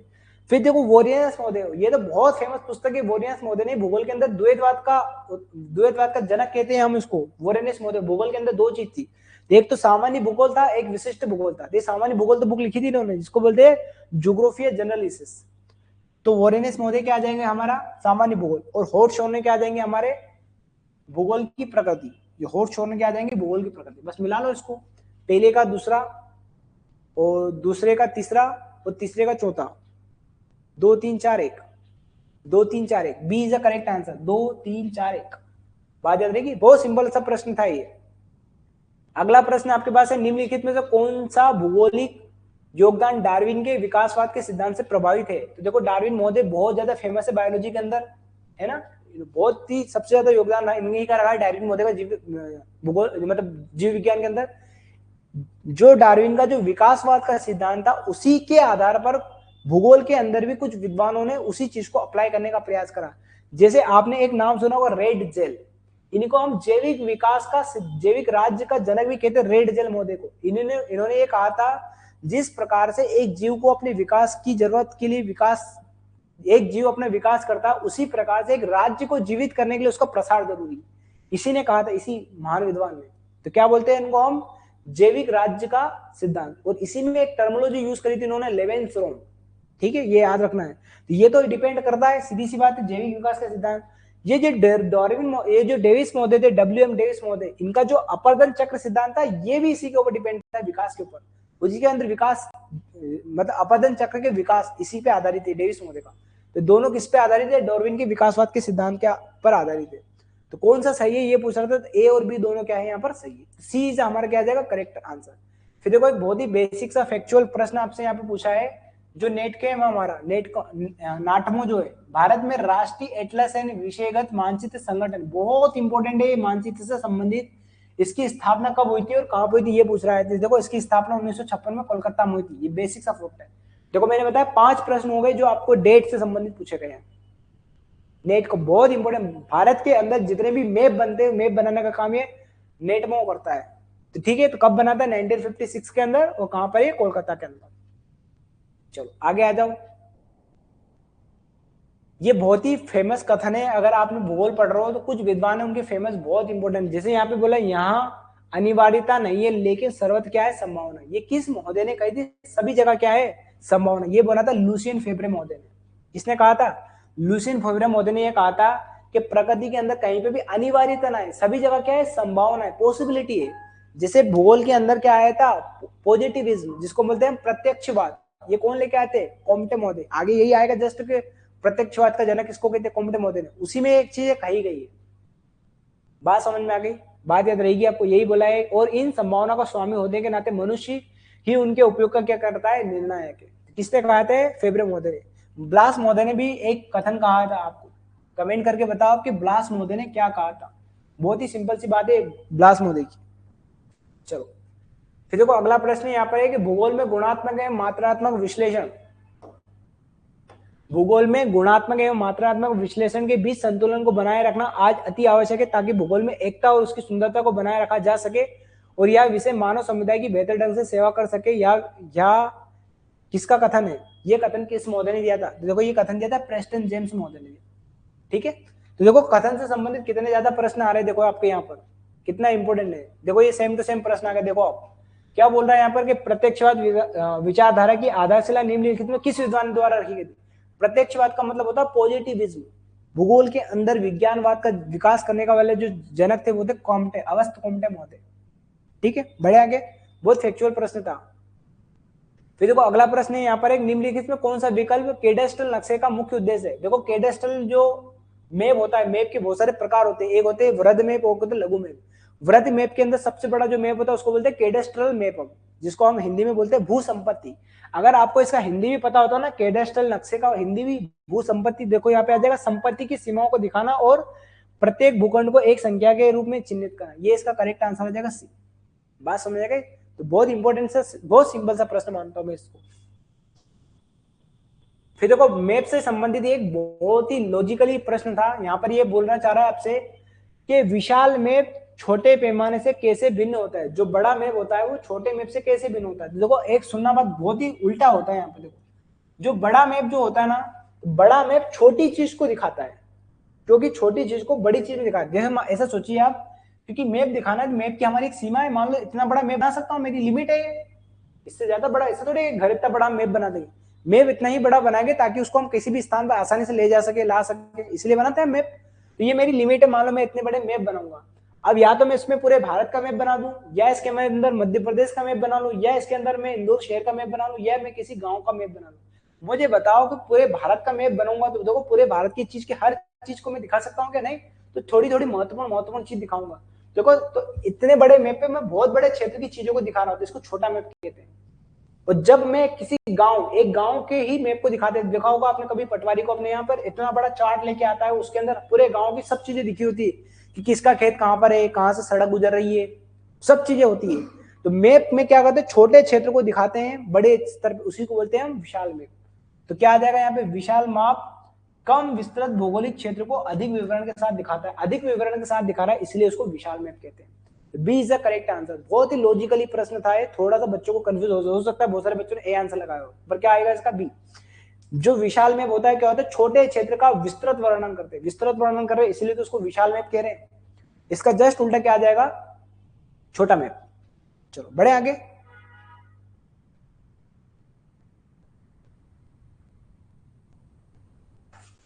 ठीक है, अगला प्रश्न है, ये मैप के ही जो प्रकार होते हैं जिसमें एक फ्लो मैप होता है, उसके अंदर ये बोल रहा है कि निम्नलिखित में से कौन सा कथन प्रवाह मानचित्रों के संबंध में सही है, कौन सा सही है। जब प्रवाह मानचित्र उन आंकड़ों के उपयोग किए जाते हैं जहां गैर रेखिक गति को दर्शाना मानचित्र का मुख्य उद्देश्य। गैर रेखिक दृष्टि, गैर रेखिक ना होकर ये क्या होता है, रेखिक को दिखाता है। ये कथन क्या हो गया मेरा, गलत। फिर देखो प्रवाह मानचित्र मुख्य रूप से पवन की गति, किस दिशा में पवन बह रही है उसको दिखाते ना, फ्लो। जैसे मान लो ये पृथ्वी हमारी, अब इस पृथ्वी के अंदर ये 0 डिग्री है, यहाँ पे 23.5 डिग्री ऊपर है कर्क रेखा, 23.5 डिग्री नॉर्थ, यहाँ पे 23.5 डिग्री, ऐसे दिखा रहे, नहीं दिखा रहे, फ्लो के माध्यम से। तो फ्लो मानचित्र होगा कि नहीं होगा, देखो पवन की गति को दिखाएंगे नहीं दिखाएंगे, सीधी सी बात। समुद्री धाराओं को एरो के माध्यम से दिखा रहे, जनसंख्या प्रवास को, जैसे भारत से अमेरिका में जो लोग जा रहे हैं, मान लो कि अमेरिका से कहीं और लोग जा रहे हैं, तो फ्लो के माध्यम से हम दिखाते हैं। ये बात बिल्कुल सही है। तो क्या आ जाएगा, कथन एक क्या है गलत और कथन दो क्या है सही। केवल कथन दो क्या है यहाँ पर सही, बात याद रहेगी। हो सकता है कुछ किसी को लगे दोनों कथन सही है, एमपी सेट का जब आंसर सीट आएगी तो उसमें एक बार चेक कर लेना। फिर देखो ये बहुत ही सिंपल सा यहाँ पे पूछा गया है कि जो डैम है इसका पूरा नाम बताइए। बिल्कुल इतना सिंपल सा था, इसको बोलते हैं डिजिटल एलिवेशन मॉडल। क्या बोलते हैं इसको, डिजिटल एलिवेशन मॉडल। ठीक है, बात याद रहेगा आपको।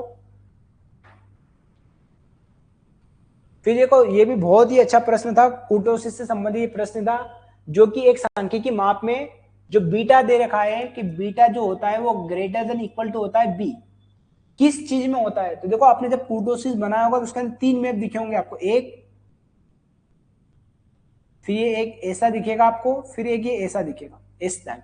तो यहाँ पे जो बीटा होता है, बीटा वो ग्रेटर देन बी होता है, यहाँ पे जो बीटा होता है वो बी के बराबर होता है, और यहाँ पे जो बीटा होता है वो लेस देन बी होता है। ठीक है, इस टाइप से होता है। तो जो जब बीटा ग्रेटर देन बी होता है इसी को हम क्या बोलते हैं, लेप्टोकूटिक। क्या बोलते हैं, लेप्टोकूटिक। ठीक है, तो जब बीटा जो होता है, बीटा वो ग्रेटर देन क्या होता है, ग्रेटर देन इक्वल टू क्या होता है बी। ये जो मेसोकूटेसिस जो होता है ना, इसमें बीटा जो होता है, बीटा वो बराबर होता है बी के। बी का मतलब है बी ले लो या 3 ले लो, हो सकता है कहीं पे 3 लिखा हो सकता है बी लिखा हो। और एक जो बीटा होता है प्लेटोकूटोसिस, इसके अंदर less than equal to B होगा। बात समझ में आ गई। तो क्या करेक्ट आंसर, उसमें ग्रेटर देन पूछा था तो क्या आ जाएगा यहाँ पे, लेप्टोकूटेसिस। मान लो बराबर दे देता तो क्या आ जाता है, मेसोकूटेसिस, और लेस देन दे देता तो क्या आ जाता है, प्लेटोकूटेसिस। तो ये लेप्टोकूटेसिस है, मेसोकूटेसिस है और प्लेटिकूटेसिस। ठीक है, तो करेक्ट आंसर क्या आ जाएगा हमारा सी। फिर एक बहुत ही अच्छा सा प्रश्न है यहाँ पर आपसे, सांख्यिकी का प्रश्न। यहाँ पे बोला किसी डाटा सेट का माध्य दे रखा है, माध्य को हम क्या बोलते हैं, एक्स बार। कितना दे रखा है देखो, 597.05, ये लिखना बहुत जरूरी है। फिर देखो यहाँ पे मीडियन भी दे रखा है, माध्यिका भी दे रखी है। माध्यिका कितनी दे रखी है देखो, 450.5। ठीक है, तो बहुलक ज्ञात करिए। इसका एक बहुत ही बेसिक सा फॉर्मूला याद कर लेना है, और कई बार ये प्रश्न पूछा गया है। तो बहुलक जो होता है जेड, वो होता है 3m-2x बार, ये फॉर्मूला होता है। ठीक है, ये क्या होता है यहाँ पे, फॉर्मूला होता है।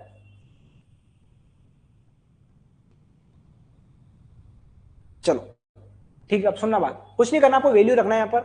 देखो 3 इंटू कर दूंगा मैं किसमें, इस पे। तो देखो 3 इंटू क्या कर दूंगा मैं, 450.5 ऐसा कर लो आप। 3 का इंटू, देखो 3 का इंटू 5 में करोगे तो 15, ये का आ जाएगा, 1 पॉइंट तो लग जाएगी, फिर 5 से 15 का 5, एक 3 चौक 12 और कितना आ जाएगा 13, ये 1351.5 आ गया। 3m हो गया मेरा, 3m कितना हो गया 1351.5 माइनस 2x, तो देखो x कितना है मेरा 597.05 इंटू 2, ये कर रहा हूँ। देखो 2 का इंटू 5 में करूंगा तो कितना आ जाएगा 10, फिर देखो 7 दूना 14, 9 दूनी 18, 19 का 9, 5 दूनी 10 और 11, 1194 कितना आ जाएगा 10, 1194 कितना आ जाएगा 10। बस कुछ नहीं करूंगा मैं, इसमें से घटा दूंगा इसको, देखो ये घटा दूंगा मैं, तो कितना आ जाएगा 1194.10। अब देखो यहाँ पे जीरो नहीं, जीरो में लगा सकता हूँ, देखो जीरो में जीरो का जीरो, 5 में से एक जाएगा कितना बचेगा 4। अब देखो 1 में 4 जा नहीं सकता, तो मैं उधार ले लूँ तो 11 में 4 जाएंगे कितना बचेगा 7, अभी 4 है, 4 को क्या बन जाएगा 14, 14 में से 9 गया कितना बचेगा 5, फिर देखो ये कितना बन गया यहाँ पर 2, 2 में से गया तो 1, 157.40 आंसर आ जाएगा। तो 157.40 इज द करेक्ट आंसर। बहुत बेसिक सा था, मैथमेटिकली था थोड़ा सा, बस अगर आपको फॉर्मूला पता था तो आप आंसर कर सकते थे, बाकी कैलकुलेशन आपको अच्छे से करना है, ए इज द करेक्ट आंसर आ जाएगा।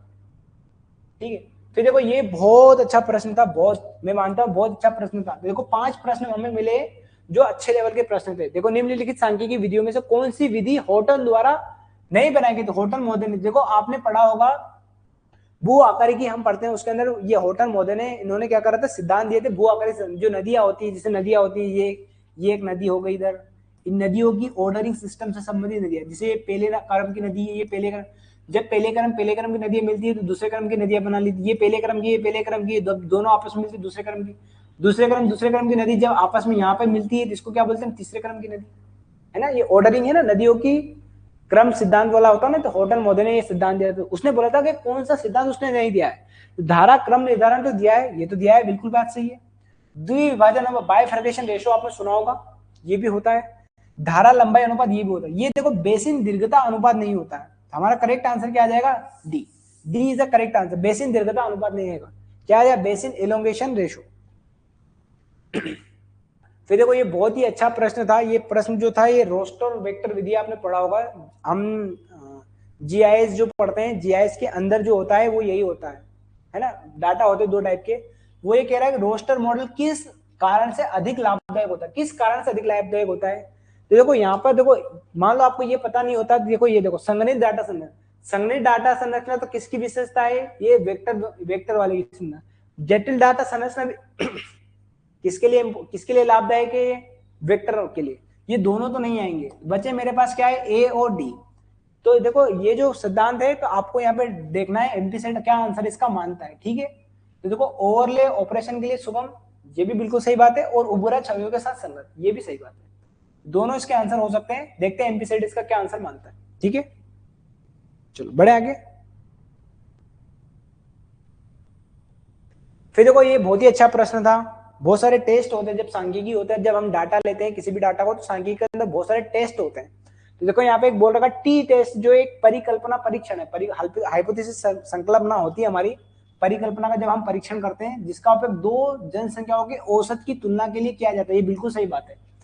फिर एक और होता है, एक और सांख्यिकी टेस्ट होता है, परीक्षण होता है, उसका नाम है अनोवा, है ना, एनोवा बोलते हैं इसको, एनोवा सांख्यिकी तकनीक है जिसका उपयोग 2 से अधिक जनसंख्याओं की तुलना के लिए किया जाता है। ये बात भी सही है, तो दोनों कथन क्या है इसके सही है, 1 और 1 2 दोनों क्या है इसके सही है, बात याद रहेगी आपको, दोनों सही है। फिर देखो अगला प्रश्न है, देखो ये डाटा कलेक्शन से संबंधित है, 2 टाइप यहाँ पे पूछा है, स्ट्रेटिफाइड सैंपलिंग विधि साधारण रैंडम सैंपलिंग विधि से किस तरह अलग है। तो देखो आपको पता है कि जब हम सैंपलिंग करते हैं, जैसे मान लो ये पूरा हमारे पास डाटा है, जैसे हमारे देश की, पूरे देश की जनसंख्या है, ये हमारे पास डाटा हो गया, इसको हम पॉपुलेशन भी बोलते हैं, समग्र भी कहते हैं। अब देखो हम पूरे देश की जनसंख्या का तो अध्ययन नहीं कर सकते, मान लो हमें किसी भी बात का अध्ययन करना है कि जैसे मान लो देश में गरीबी है, बेरोजगारी है, कारण क्या हो सकते हैं उसके, बहुत सारी शिक्षा निरक्षरता, ये जब भी घटना, तो मैं क्या करूंगा, कुछ लोगों को चुन लूंगा। तो एक तो ये मैं कर सकता हूँ, कुछ लोगों को मैं ले सकता हूँ, इसको बोलते हैं हम रैंडम, साधारण रैंडम सैंपलिंग विधि। अब मैं साधारण रैंडम विधि, उसने बोला कि जो स्ट्रेटिफाइड होता है, स्ट्रेटिफाइड का मतलब होता है जैसे मैं महिला पुरुष को अलग कर लूं, कर लिया कि नहीं कर लिया, मैंने अलग कर लिया, मैं पढ़े लिखे लोगों को अनपढ़ लोगों को अलग कर लूं, ग्रामीण लोगों को शहरी लोगों को अलग कर लूं, इसको स्ट्रेटिफाइड बोलते हैं। तो वो ये कह रहा है कि किस तरह से अलग है। तो देखो यह कुल जनसंख्या में से प्रत्येक व्यक्ति को चयनित करने का अवसर प्रदान करता है। स्ट्रेटिफाइड जो होता है रेंडम विधि के अंदर ये तो होता ही होता है, रेंडम विधि में भी यही होता है, स्ट्रेटिफाइड में यही होता है। अलग कैसे, ये पूछना चाह रहा है आपसे। रेंडम जो विधि होती है उसके अंदर जो कुल जनसंख्या में से प्रत्येक व्यक्ति को चयनित करने का अवसर प्रदान करता है, रेंडम विधि में होता है। दोनों तो रेंडम ही है। चलो ठीक है, देखो इसे स्थानिक गुणसूत्रों पर आधारित परस्पर विशिष्ट उपसमूहों में विभाजित करते हैं हम। देखो एक पुरुष का उपसमूह बना दिया, एक हमने मान लो महिलाओं का उपसमूह बना दिया, बात समझ गए। एक बच्चों का हमने उपसमूह बना दिया, एक हमने बुजुर्गों को उपसमूह बना दिया, अलग अलग कर दिया, इसको उपसमूह बोलते हैं। तो बी इसे क्या आ जाए, करेक्ट। इसे साधारण रेंडम सैंपलिंग के बराबर यथार्थ प्राप्त करने के लिए समान आकार के नमूनों की आवश्यकता होती है। ये बात भी सही है, पर समान आकार के समूहों की क्यों आवश्यकता होगी, छोटे छोटे समूह बांट देंगे हम। अगला क्या है नीचे देखो, यह नमूने का चयन करने में यातायातीकरण की आवश्यकताओं को समाप्त कर देता है। ये कोई लेना देना ही नहीं इससे। तो दो ऑप्शन आपके पास आ गए। तो ये जो होता है ये क्या होता है, सिंपल रेंडम, जो रेंडम विधि होती है उसके अंदर ये होता है। ये तो स्ट्रेटिफाई बोल रहा है, स्ट्रेटिफाई क्या होती है, गैर प्रायिकता विधि होती है। ये वैसे ही गलत हो गया। क्या आ जाएगा करेक्ट आंसर हमारा बी। ठीक है, फिर देखो ये बहुत ही इंडियन ज्योग्राफी से रिलेटेड प्रश्न है, बहुत सिंपल था कि भारत में पूर्वी घाट पश्चिमी घाट कहाँ पे मिलते हैं, तो नीलगिरी की पहाड़ियों में मिलते हैं। बहुत ही सिंपल सा प्रश्न था। फिर देखो यहाँ पर हिमालय का जो प्रादेशिक विभाजन था उससे संबंधित प्रश्न है कि कुमायूं जो हिमालय है निम्नलिखित किसके मध्य में स्थित है। तो देखो आपने सुना होगा सिंधु और सतलज के बीच में जो मैदान होता है उसको हम कश्मीर हिमालय कहते हैं, और सतलज और काली के बीच में होता है उसको कुमायूं हिमालय कहते हैं, और काली और तीस्ता के बीच में होता है उसको नेपाल हिमालय कहते हैं, और तीस्ता और हमारी ब्रह्मपुत्र नदी के बीच में उसको हम असम हिमालय कहते हैं। ठीक है, तो बहुत ही सिंपल सा क्लासिफिकेशन था हिमालय का, जिसको हम प्रादेशिक विभाजन कहते हैं हिमालय। करेक्ट आंसर हमारा क्या जाए, सतलज और काली के बीच में। फिर देखो एक और प्रश्न था कि जनगणना 2011 के अनुसार भारत में लिंगानुपात कितना है। तो देखो भारत में जो लिंगानुपात है वो कितना है, 943। बहुत सिंपल सा प्रश्न था ये। देखो अगला प्रश्न है यहाँ पर, देखो किस कृषि जलवायु प्रदेश में प्रति व्यक्ति खेती योग्य भूमि न्यूनतम होती है। ये बहुत अच्छा प्रश्न था, थोड़ा सा दिमाग लगाने वाला प्रश्न था, अच्छा प्रश्न मानता हूं मैं। तो जैसे कितने प्रश्न हो गए, 6 प्रश्न हो गए, थोड़े अच्छे लेवल के थे। आप मुझे बताओ कि प्रति व्यक्ति खेती कब उपलब्ध कहां पे होगी, जहां पे जनसंख्या ज्यादा होगी। देखो क्या पश्चिमी हिमालय जो हमारा कश्मीर है, हिमाचल प्रदेश, क्या जनसंख्या यहाँ पे ज्यादा है क्या, नहीं। जो पूर्वी तट है जैसे आंध्र प्रदेश, तमिलनाडु, क्या यहाँ पे जनसंख्या ज्यादा है क्या, नहीं। पश्चिमी शुष्क प्रदेश जैसे राजस्थान में क्षेत्र, क्या यहाँ पे जनसंख्या ज्यादा है, नहीं। जो निचला गंगा मैदान है जैसे आपने सुना होगा बिहार, पश्चिम बंगाल, यहाँ पे भारत में सबसे ज्यादा जनसंख्या है, बिहार, पश्चिम बंगाल। तो जनसंख्या सबसे ज्यादा है, क्षेत्र कम है, तो सीधी सी बात है प्रति व्यक्ति जो क्या होगी, खेती योग्य भूमि क्या होगी, न्यूनतम होगी। तो आप ऐसे भी तुक्का लगा सकते हो, थोड़ा सा लॉजिक लगा के भी लगा सकते हो। फिर देखो ये बहुत ही बेसिक सा प्रश्न पूछा था कि रेगुर किसको संदर्भित करता है, काली मिट्टी को ही हम क्या बोलते हैं, regur. B is the correct answer. ठीक है, फिर देखो अमरावती नदी किसकी सहायक नदी है। तो देखो एक बात बताओ मुझे आप, अमरावती नदी पूछे, दक्षिण भारत की बात चल रही है। देखो ये अब देखो नर्मदा नदी की सहायक है क्या, अमरावती नदी नहीं है। साबरमती नदी कहां पर आती है, देखो ऊपर आती है आपकी साबरमती नदी। पेन्ना नदी, पेन्ना नदी तो और नीचे आएगी। ये पेन्ना खुद ही किसकी सहायक नदी है, दक्षिण भारत की नदी की। कावेरी नदी की सहायक नदी है अमरावती नदी। बात समझ गई। ये यहाँ पर है गोदावरी नदी, यहाँ पे है कृष्णा नदी, और यहाँ पर है कावेरी नदी। इस कावेरी नदी की सहायक नदी कौन है, अमरावती नदी। नदी से संबंधित ये प्रश्न था। फिर देखो ये बहुत ही सिंपल सा है कि सीसा एवं जस्ता के भंडारण और उत्पादन में कौन सा राज्य का एकाधिकार, जो है राजस्थान। बहुत फेमस सा प्रश्न है, ए इज द करेक्ट आंसर। फिर देखो ये पूछा है, बहुत ही अच्छा प्रश्न था, वन स्थिति रिपोर्ट 2021 के अनुसार। अब देखो आप खुद सोचिए, थोड़ा सा दिमाग लगाइए, एमपीपीसी कितना पिछड़ा हुआ है। 2021 की रिपोर्ट पूछ रहा है, जबकि आपको पता है 2023 की रिपोर्ट भी आ गई और 2025 की रिपोर्ट भी आने वाली। बताओ कितना पिछड़ा हुआ हमारा मध्य प्रदेश। इसमें पूछ रहा है हमसे कि जो मैंग्रोव क्षेत्र पाया, कितने क्षेत्र पर मैंग्रोव क्षेत्र पाया जाता है, तो यह 0.15 हेक्टेयर। फिर देखो अगला प्रश्न है, कौन सा एक जली भाग अंडमान को निकोबार से अलग करता है। बहुत ही बेसिक सा प्रश्न है, अगर आपने देखा होगा ये है भारत, ये भारत, और यहाँ पर है देखो अंडमान के द्वीप समूह, और यहाँ पर है निकोबार। ठीक है, तो अंडमान निकोबार को अलग करता है उसको हम बोलते हैं 10 डिग्री चैनल। इसी प्रकार से आपने सुना होगा कि जो लक्षद्वीप है, लक्षद्वीप का भी एक द्वीप है जिसका क्या नाम है, मिनिकॉय, और नीचे है देखो क्या है यहाँ पे नीचे, मालदीव। इसको अलग जो करता है वो है 8 डिग्री। और लक्षद्वीप की राजधानी जो कावरत्ती और ये मिनिकॉय, इसको अलग करता है 9 डिग्री। ये याद कर लेना आप। तो यही पूछ रहा था, देखो अंडमान निकोबार को अलग कौन करता है, 10 डिग्री चैनल। बहुत सिंपल सा प्रश्न था ये। फिर ये थोड़ा सा अच्छा प्रश्न था, एक देख सकते हो, थोड़ा फैक्चुअल प्रश्न था। मोन्टेक्स, जिसे इसको बोलते हैं मानसून परीक्षण, किस वर्ष आयोजित किया गया था। मोन्टेक्स मानसून परीक्षण ये था 1979 के अंदर। तो देखो हमने जो पूरा पेपर एनालिसिस करा उसके अंदर मैं बताता हूं जो हमारी डेट थी, डेट से संबंधित कितने प्रश्न आ गए यहाँ पे, 6 प्रश्न, 6 क्वेश्चन, ठीक है। थोड़े हो सकते हैं हमें दिक्कत करे, इसमें भी 1-2 प्रश्न सिंपल ही थे, जैसे वेगनर महोदय हो गए ये। फिर देखो एक था हमारा कथन बेस्ड, जो हमारे भौगोलिक चिंतन है, भौगोलिक चिंतन। इस भौगोलिक चिंतन के अंदर बहुत सारे कथन आएंगे आपके कि किस भूगोलवेत्ता ने क्या भूगोल के बारे में क्या परिभाषा दी है और उनकी पुस्तक, ये प्रश्न है, ठीक है। ये प्रश्न 100% आपको बनता ही बनता है, कोई दिक्कत कोई समस्या, भौगोलिक चिंतन से संबंधित प्रश्न बनता है। और 4-5 प्रश्न आप ये मान लीजिए थोड़ा सा आउट ऑफ सिलेबस आ जाते, थोड़े से टफ टाइप के प्रश्न। मैं पूरे 100 क्वेश्चंस के अंदर, आपके जो 100 क्वेश्चंस थे, इसके अंदर मैं 5 से 6 क्वेश्चन मानता हूँ डिफिकल्ट थे। क्या थे? डिफिकल्ट थे। बाकी प्रश्न ठीक ठाक थे, बहुत ज्यादा टफ नहीं थे। 5-6 प्रश्न मान सकता हूँ जो टफ थे, हो सकता है आपको उसमें दिक्कत आई, बाकी बहुत ज्यादा टफ नहीं थे। बहुत अच्छा स्कोर आप कर सकते थे पेपर सेकंड के अंदर, एमपी सेट 2025 में अंदर, बहुत बड़ी बात नहीं है। यदि अगर आपका एमपी सेट निकल रहा हो, मान लो आपको मान लीजिए आप पेपर फर्स्ट, अगर आपका पेपर फर्स्ट और पेपर सेकंड, दोनों पेपर को अगर मिला के अगर आपके 100 क्वेश्चन सही है, कितने क्वेश्चन सही है, ये जनरल की बात कर रहा हूं मैं, जनरल की बात कर रहा हूं, 100 क्वेश्चन सही है।